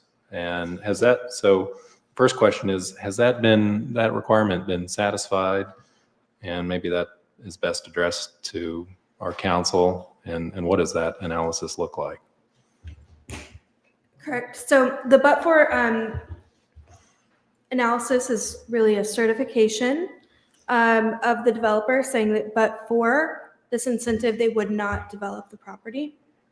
And so that's substantiated with these factors, the blighting factors that find that it's an economic liability, as has been discussed, but it has been satisfied. The requirement that is currently in place, both statutorily, there's nothing more required than a certification by the developer saying that but for this incentive, they will not or would not develop the property with this project. Okay, so there's no numerical or quantitative analysis as far as here's what it's going to cost to build out. I think we've seen some of the estimated costs for building the infrastructure and curing the blight, right, and comparing that to anticipated returns on investment. And they're saying they've done that and it doesn't pencil out without the various incentives that they've requested. Correct. So there's a certification that says they wouldn't do it. And then on top of that, the city staff has requested and has received kind of the full dollar value that they expect the project to be versus the incentive full dollar value to them. And so it's not quite as clean as here's our revenues minus expenses equals profit type outline. But that is what we have received. May I follow up? Yes. So then what about item number 3 in the policy guidelines, which specifically calls for a financial pro forma, identifying financial gaps and fiscal necessity for the requested incentives. And so that has been satisfied, I believe, with the tax impact analysis. And then just with kind of the other numbers we've received, again, just the total value of the project minus the incentive amount. I don't know that we have something that formal. Amanda might be able to correct me if I'm wrong on that. So that guideline has been, as far as you're concerned, it's been satisfied. And what would the consequence be if it hadn't, or do we have discretion to approve this Right. even if it does not? Right. So I would say it could have been, and staff and myself could have requested it to be further satisfied than it was. With what we have, though, you do have discretion, since it's a policy and it is a guideline in the policy, to deviate from the policy. It's not, a statute that must be followed to the T. But I will say, we don't have quite as extensive as potentially you would like. Okay, thank you. Are we finished? I want Alderman Aiken. Yes, I am. Okay, Sorry. Alderman Metcalf. Yeah, thank you. Sarah, so we're probably talking about pennies here, but do we have the previous 5 years of the assessed value of that property? I'm sure it goes up every year a little bit, probably, and then the 353 freezes it at the 647, I think, for the first 5 years. So there is a little bit of pennies that are probably lost there. Question number one. So the market value I would expect, and I apologize, I don't have the previous 5 years on hand, but I would expect that it has slowly increased. Typically when we do projections, we would increase the expected by, a factor of 2% every other year, something like that, kind of given, obviously the past 5 years, maybe it's been a little bit more volatile than that. But, right, so we would freeze the base as of when you would approve the ordinance. That would mark the freezing of the base. And so whatever its assessed value is, if it happens today, would be the base for that 10 years. So yes, you would lose a little bit of increment there. Again, I don't expect it to be a massive amount. 2% maybe every year. Yeah, especially because, again, it's already been reclassified by the assessor as commercial. So typically, not typically, I guess, but a lot of times in other communities that would not have happened prior to, because just where you would fall in the assessment year.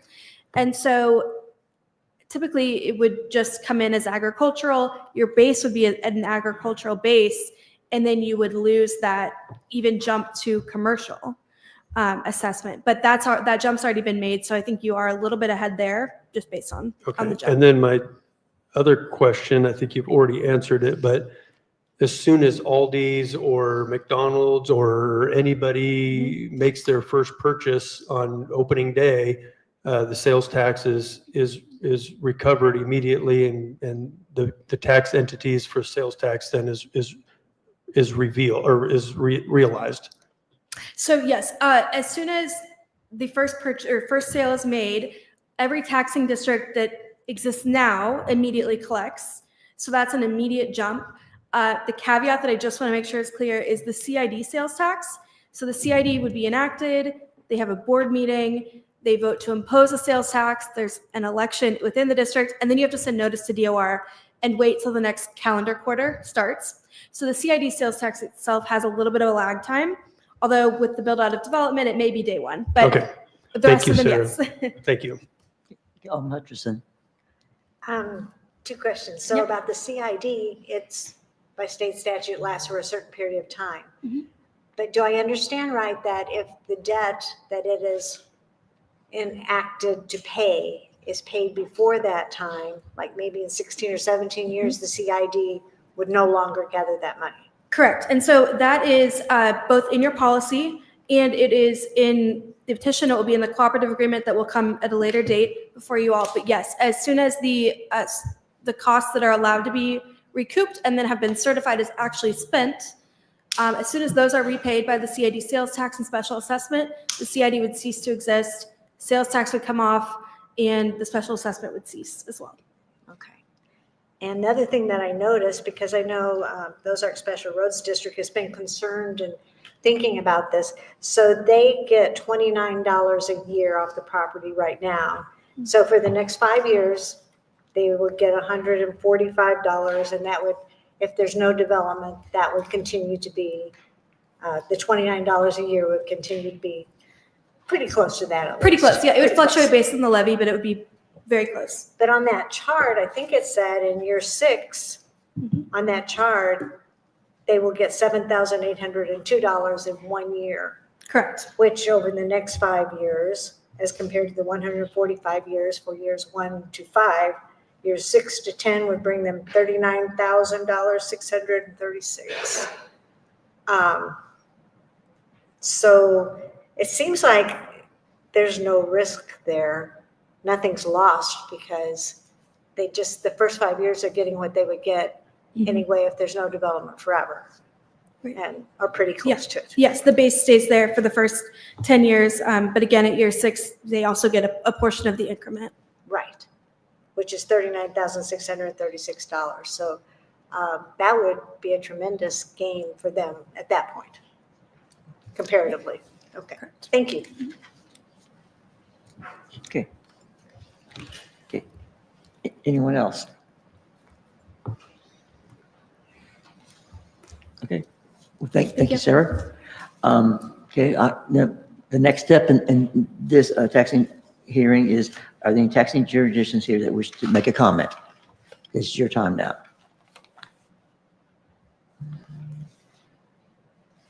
Okay.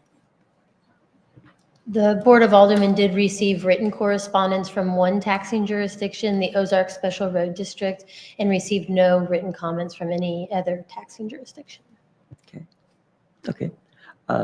Is there anyone here from the public who wishes to speak regarding this bill? This is your time.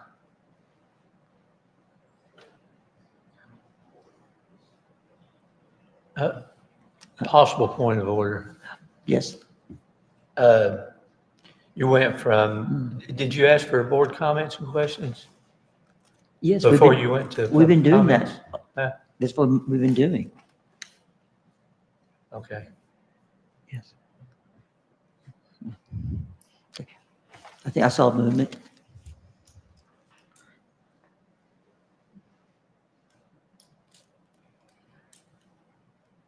Good evening. So my name is Chris Summers, and I'm one of your commissioners with the Ozark Special Road District. And tonight I'm the spokesperson for tonight's comment. The district is opposed to the tax abatement and the blight study on the Ozark Marketplace. I'd like to make you aware that the district's 3 commissioners did each forward each of you a 3-page report to our objection and how the city has made sure that it is taken care of by this project with its 1-cent sales tax in addition.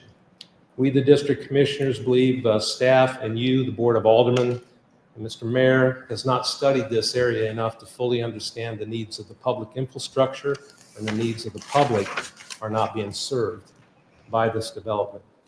And that's it. I thank you. If you have any questions, but it was just really a brief comment from the district. Okay. Okay. Thank you. Okay. Any comments from the board? Okay. Okay. Anyone else from the public wish to speak regarding this bill?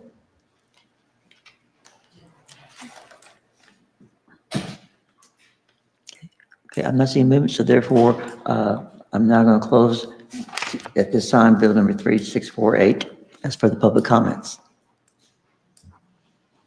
So.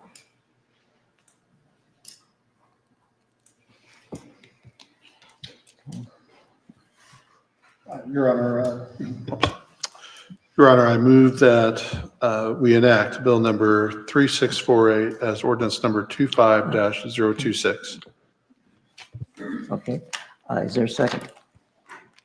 A second. Okay, the motion is to enact Bill number 3648 to become ordinance 25-026. That motion was made by Alderman Galloway, second by Alderman Metcalf. Roll call, please. Alderman Hutchinson. Aye. Alderman Campbell. Nay. Alderman Galloway. Aye. Alderman Aiken. Aye. Alderman Metcalf. Aye. Alderman Snyder. Nay. We have 6 aye votes, 2 nay, motion carries. Excuse me, we have 4 aye and 2 nay. Motion carries. Okay, now let's draw attention to bill number 3649. Your Honor, I make a motion to place bill number 3649 on its second reading. Is there a second? Second.